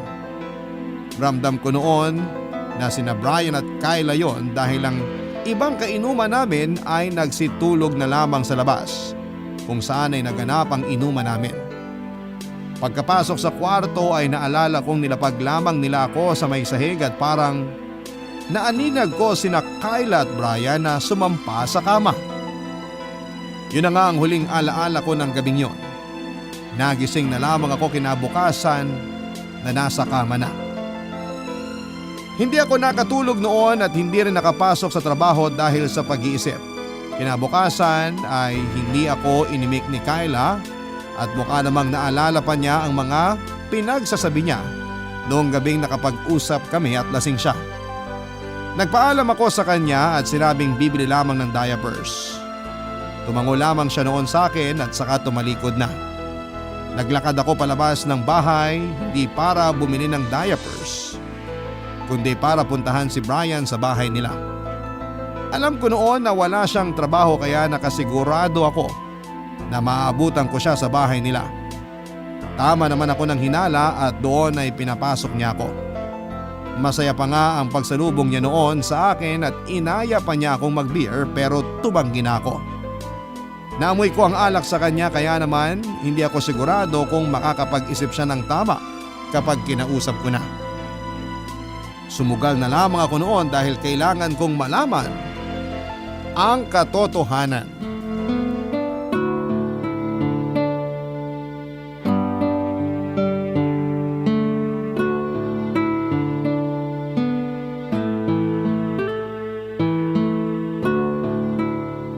Nagulat talaga ako na bigla kang dumalaw dito sa bahay. Wala rin kasi ako magawa sa bahay namin eh. Eh yung anak mo? Inaalagaan ni Kayla. Pero diba may pasok ka ngayon? Oo meron pero masama ang pakiramdam ko eh. Bukas na lang siguro ako papasok. Eh dapat nagpahinga ka na lang kesa pumunta ka pa rito sa bahay. Medyo okay naman na ang pakiramdam ko. Hindi ba nakakahawa yung sakit mo? Hindi naman. Masakit lang talaga yung ulo at katawan ko kanina. Baka papuntang trangkaso to. Sana hindi ka matuluyan. Kawawa naman ang anak mo. Huwag kang lalapit muna sa kanya habang ganyan ang kalagayan mo. Masyado ka naman nag-aalala sa anak ko. Eh inaanak ko yun eh. Parang pangalawang tatay na ako nun. Pangalawang tatay? Oo nga pala. Bumili ako ng diaper para sa anak mo. Bakit naman kailangan mo pa siyang bilhan? Sinabay ko lang nung nag-grocery kami ni nanay. Teka, kukunin ko. Andito lang sa gilid yun eh. Ayun! Salamat ha. Dapat di ka na nag-abala. Para sa inaanak ko, lahat gagawin ko. Oh, Eto na. Tama ba ang brand at size? Tama yung size pero yung brand, hindi. Naku, yun yung pinakamahal dun eh. Mumurahin lang kasi yung binibili ko eh. Gusto mo ba ako na lang bumili ng diaper ng anak mo lagi? Wala naman akong pinagkakagastos ang iba eh. Yosi lang at alak ang kailangan kong bilhin. Grabe, parang ikaw na tuloy ang tatay ng anak ko ah. Ha? Di naman. Grabe ka naman mag-isip. Ginagawa ko lang ang obligasyon ko bilang ninong. Sa lahat ng mga ninong ng anak namin, ikaw lang yung gusto magsustento ng diaper para sa kanya. Ayaw mo ba? Gusto mo gatas na lang? Ano bang gatas niya? Ako na lang bibili sa next na labas namin ni nanay. Mabuti ka naman palang tatay, no? Hindi rin. Bumabawi lang talaga ako sa anak niyo ni Kyla dahil marami akong naging pagkukulang sa anak ko. Sa anak niyo ni Kyla? Na inako ko? Ano ba namang pagbibintang yan? Bakit ko naman magiging anak ang anak niyo ni Kyla? Naaalala ko nung gabing nalasing tayo, sa saig niyo ako hiniga ni Kyla. Tama, di ba? Nasa kama ka nun. Kayo ni Kyla. Kaya nga may nangyari sa inyo, di ba? Parang di naman yun ang naaalala ko. Para kasing kayong dalawa ni Kyla ang humiga sa kama eh. Alam mo, ramdam ko pa rin yung lamig ng sahig hanggang ngayon. Di nyo man lang ako kinumutan bago may nangyari sa inyo ni Kyla. Hindi ko alam ang sinasabi mo ha. Sa sala kaya ako nakatulog. Doon mo nga ako inabutan pagkagising mo ng umaga, di ba? O sa sala ka lumipat pagkatapos may nangyari sa inyo ni Kyla. Mas mabuti pang umalis ka na. Kunin mo na lang tong diaper ng anak mo para may magamit siya. Alam ko na ang totoo, Brian. Umamin na si Kyla sa akin. Romy, bale… Umamin ka na lang. Oo! Ako ang totoong nakabuntis kay Kyla. Ako! Masaya ka na? Paano ako magiging masaya? Ilang taon yung pinaniwala na akin ang batang yun. Ilang taon ako sinisi ni Kyla sa nasira niyang buhay mula nung nabuntis siya tapos… Bigla lang din ako sa nangyari sa amin ni Kyla. Kaya matapos na may mangyari sa amin, pinagtulungan ka namin bitbitin papunta sa kama para ikaw yung magmukhang nakagalaw kay Kyla. Para kung sakaling mabuntis siya, ikaw nga ako. Bakit niyo nagawa yun sa akin? Ano bang ginawa ko sa inyo? Natakot ako eh. Alam ko hindi ko pa kaya maging tatay ulit. Nasira ako na nga ang buhay ng una kong anak, di ba? Tapos ayan, nabuntis si Kyla. Sinabi niya sa akin pero ayokong tanggapin dahil hindi ko sila kayang buhayin. Kaya sinabi ko sa kanya na ituloy na lang namin yung plano nung una pa lang na ipangako sa iyo ang bata. Nakita mo kung gaano ako nahirapan sa sitwasyon ko, Brian. Alam ko at sorry. Alam ko na wala akong magagawa para maitama ang pagkakamali ko. Pero handa na ako magsimula ulit. Gusto ko na maging tatay. Ako na lang ang aako sa kanya ngayon. Ngayon pa? Ngayon pa kung kailan ilang taon na yung bata? Handa akong bayaran lahat ng nagastos mo. Bigyan mo lang ako ng oras. Wala akong pakialam sa mga nagastos ko sa bata. Anong gusto mong gawin ko? Wala! Wala kang ibang gagawin kundi manahimik lang. Anong ibig mo sabihin? Tayong tatlo lang ni Kyla ang nakakaalam, di ba? Hayaan mo nang ako ang kilalaning tatay ng bata. Pero gusto ko rin maging tatay sa kanya. Sana dati pa. Hindi ngayon na ako na ang kinikilalang tatay ng bata. Tutulong ako sa mga gastusin. Ituloy natin yung plano ko magsustento ng diaper sa kanya. Yung pinakamahal pang bibiling ko. Hindi ko kailangan ng diaper. Sa'yo na to. Aray! Bakit naman kailangan ba mo sa akin yung mga diaper? Para maramdaman mo na di ko kailangan ng tulong mo. Nabuhay ko ang anak ko dati. Kaya kaya ko pa rin siyang buhayin ngayon.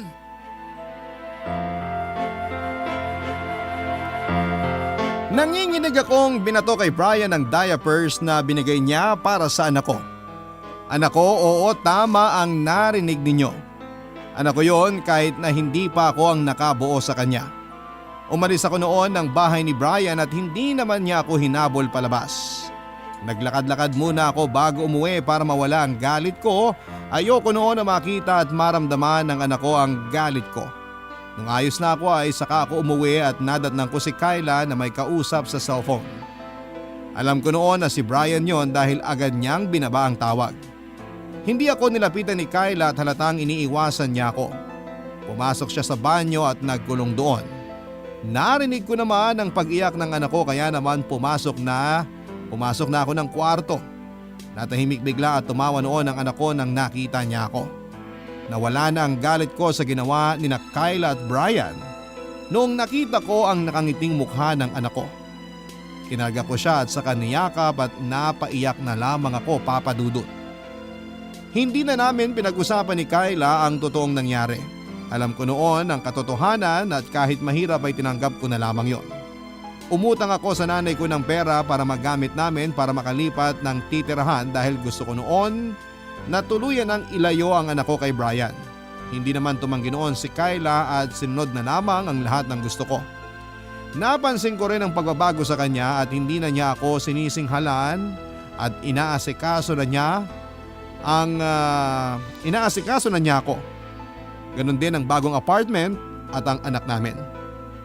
Wala akong planong ipaubaya ang anak ko kay Brian. Kahit sabihing hindi ako ang totoong ama niya, napamahal na ako sa kanya. Kahit na hindi siya galing sa akin, pero aminado pa rin ako na nakakaramdam ako ng galit sa tuwing naaalala kong hindi sa akin ang batang inako ko ng ilang taon. Maraming salamat po sa pagbasa ng aking liham, Papa Dudut. Ako po ang inyong kabarangay forever, Romy.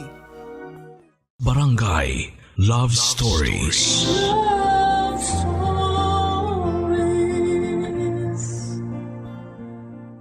Barangay LS 97.1. 97.1.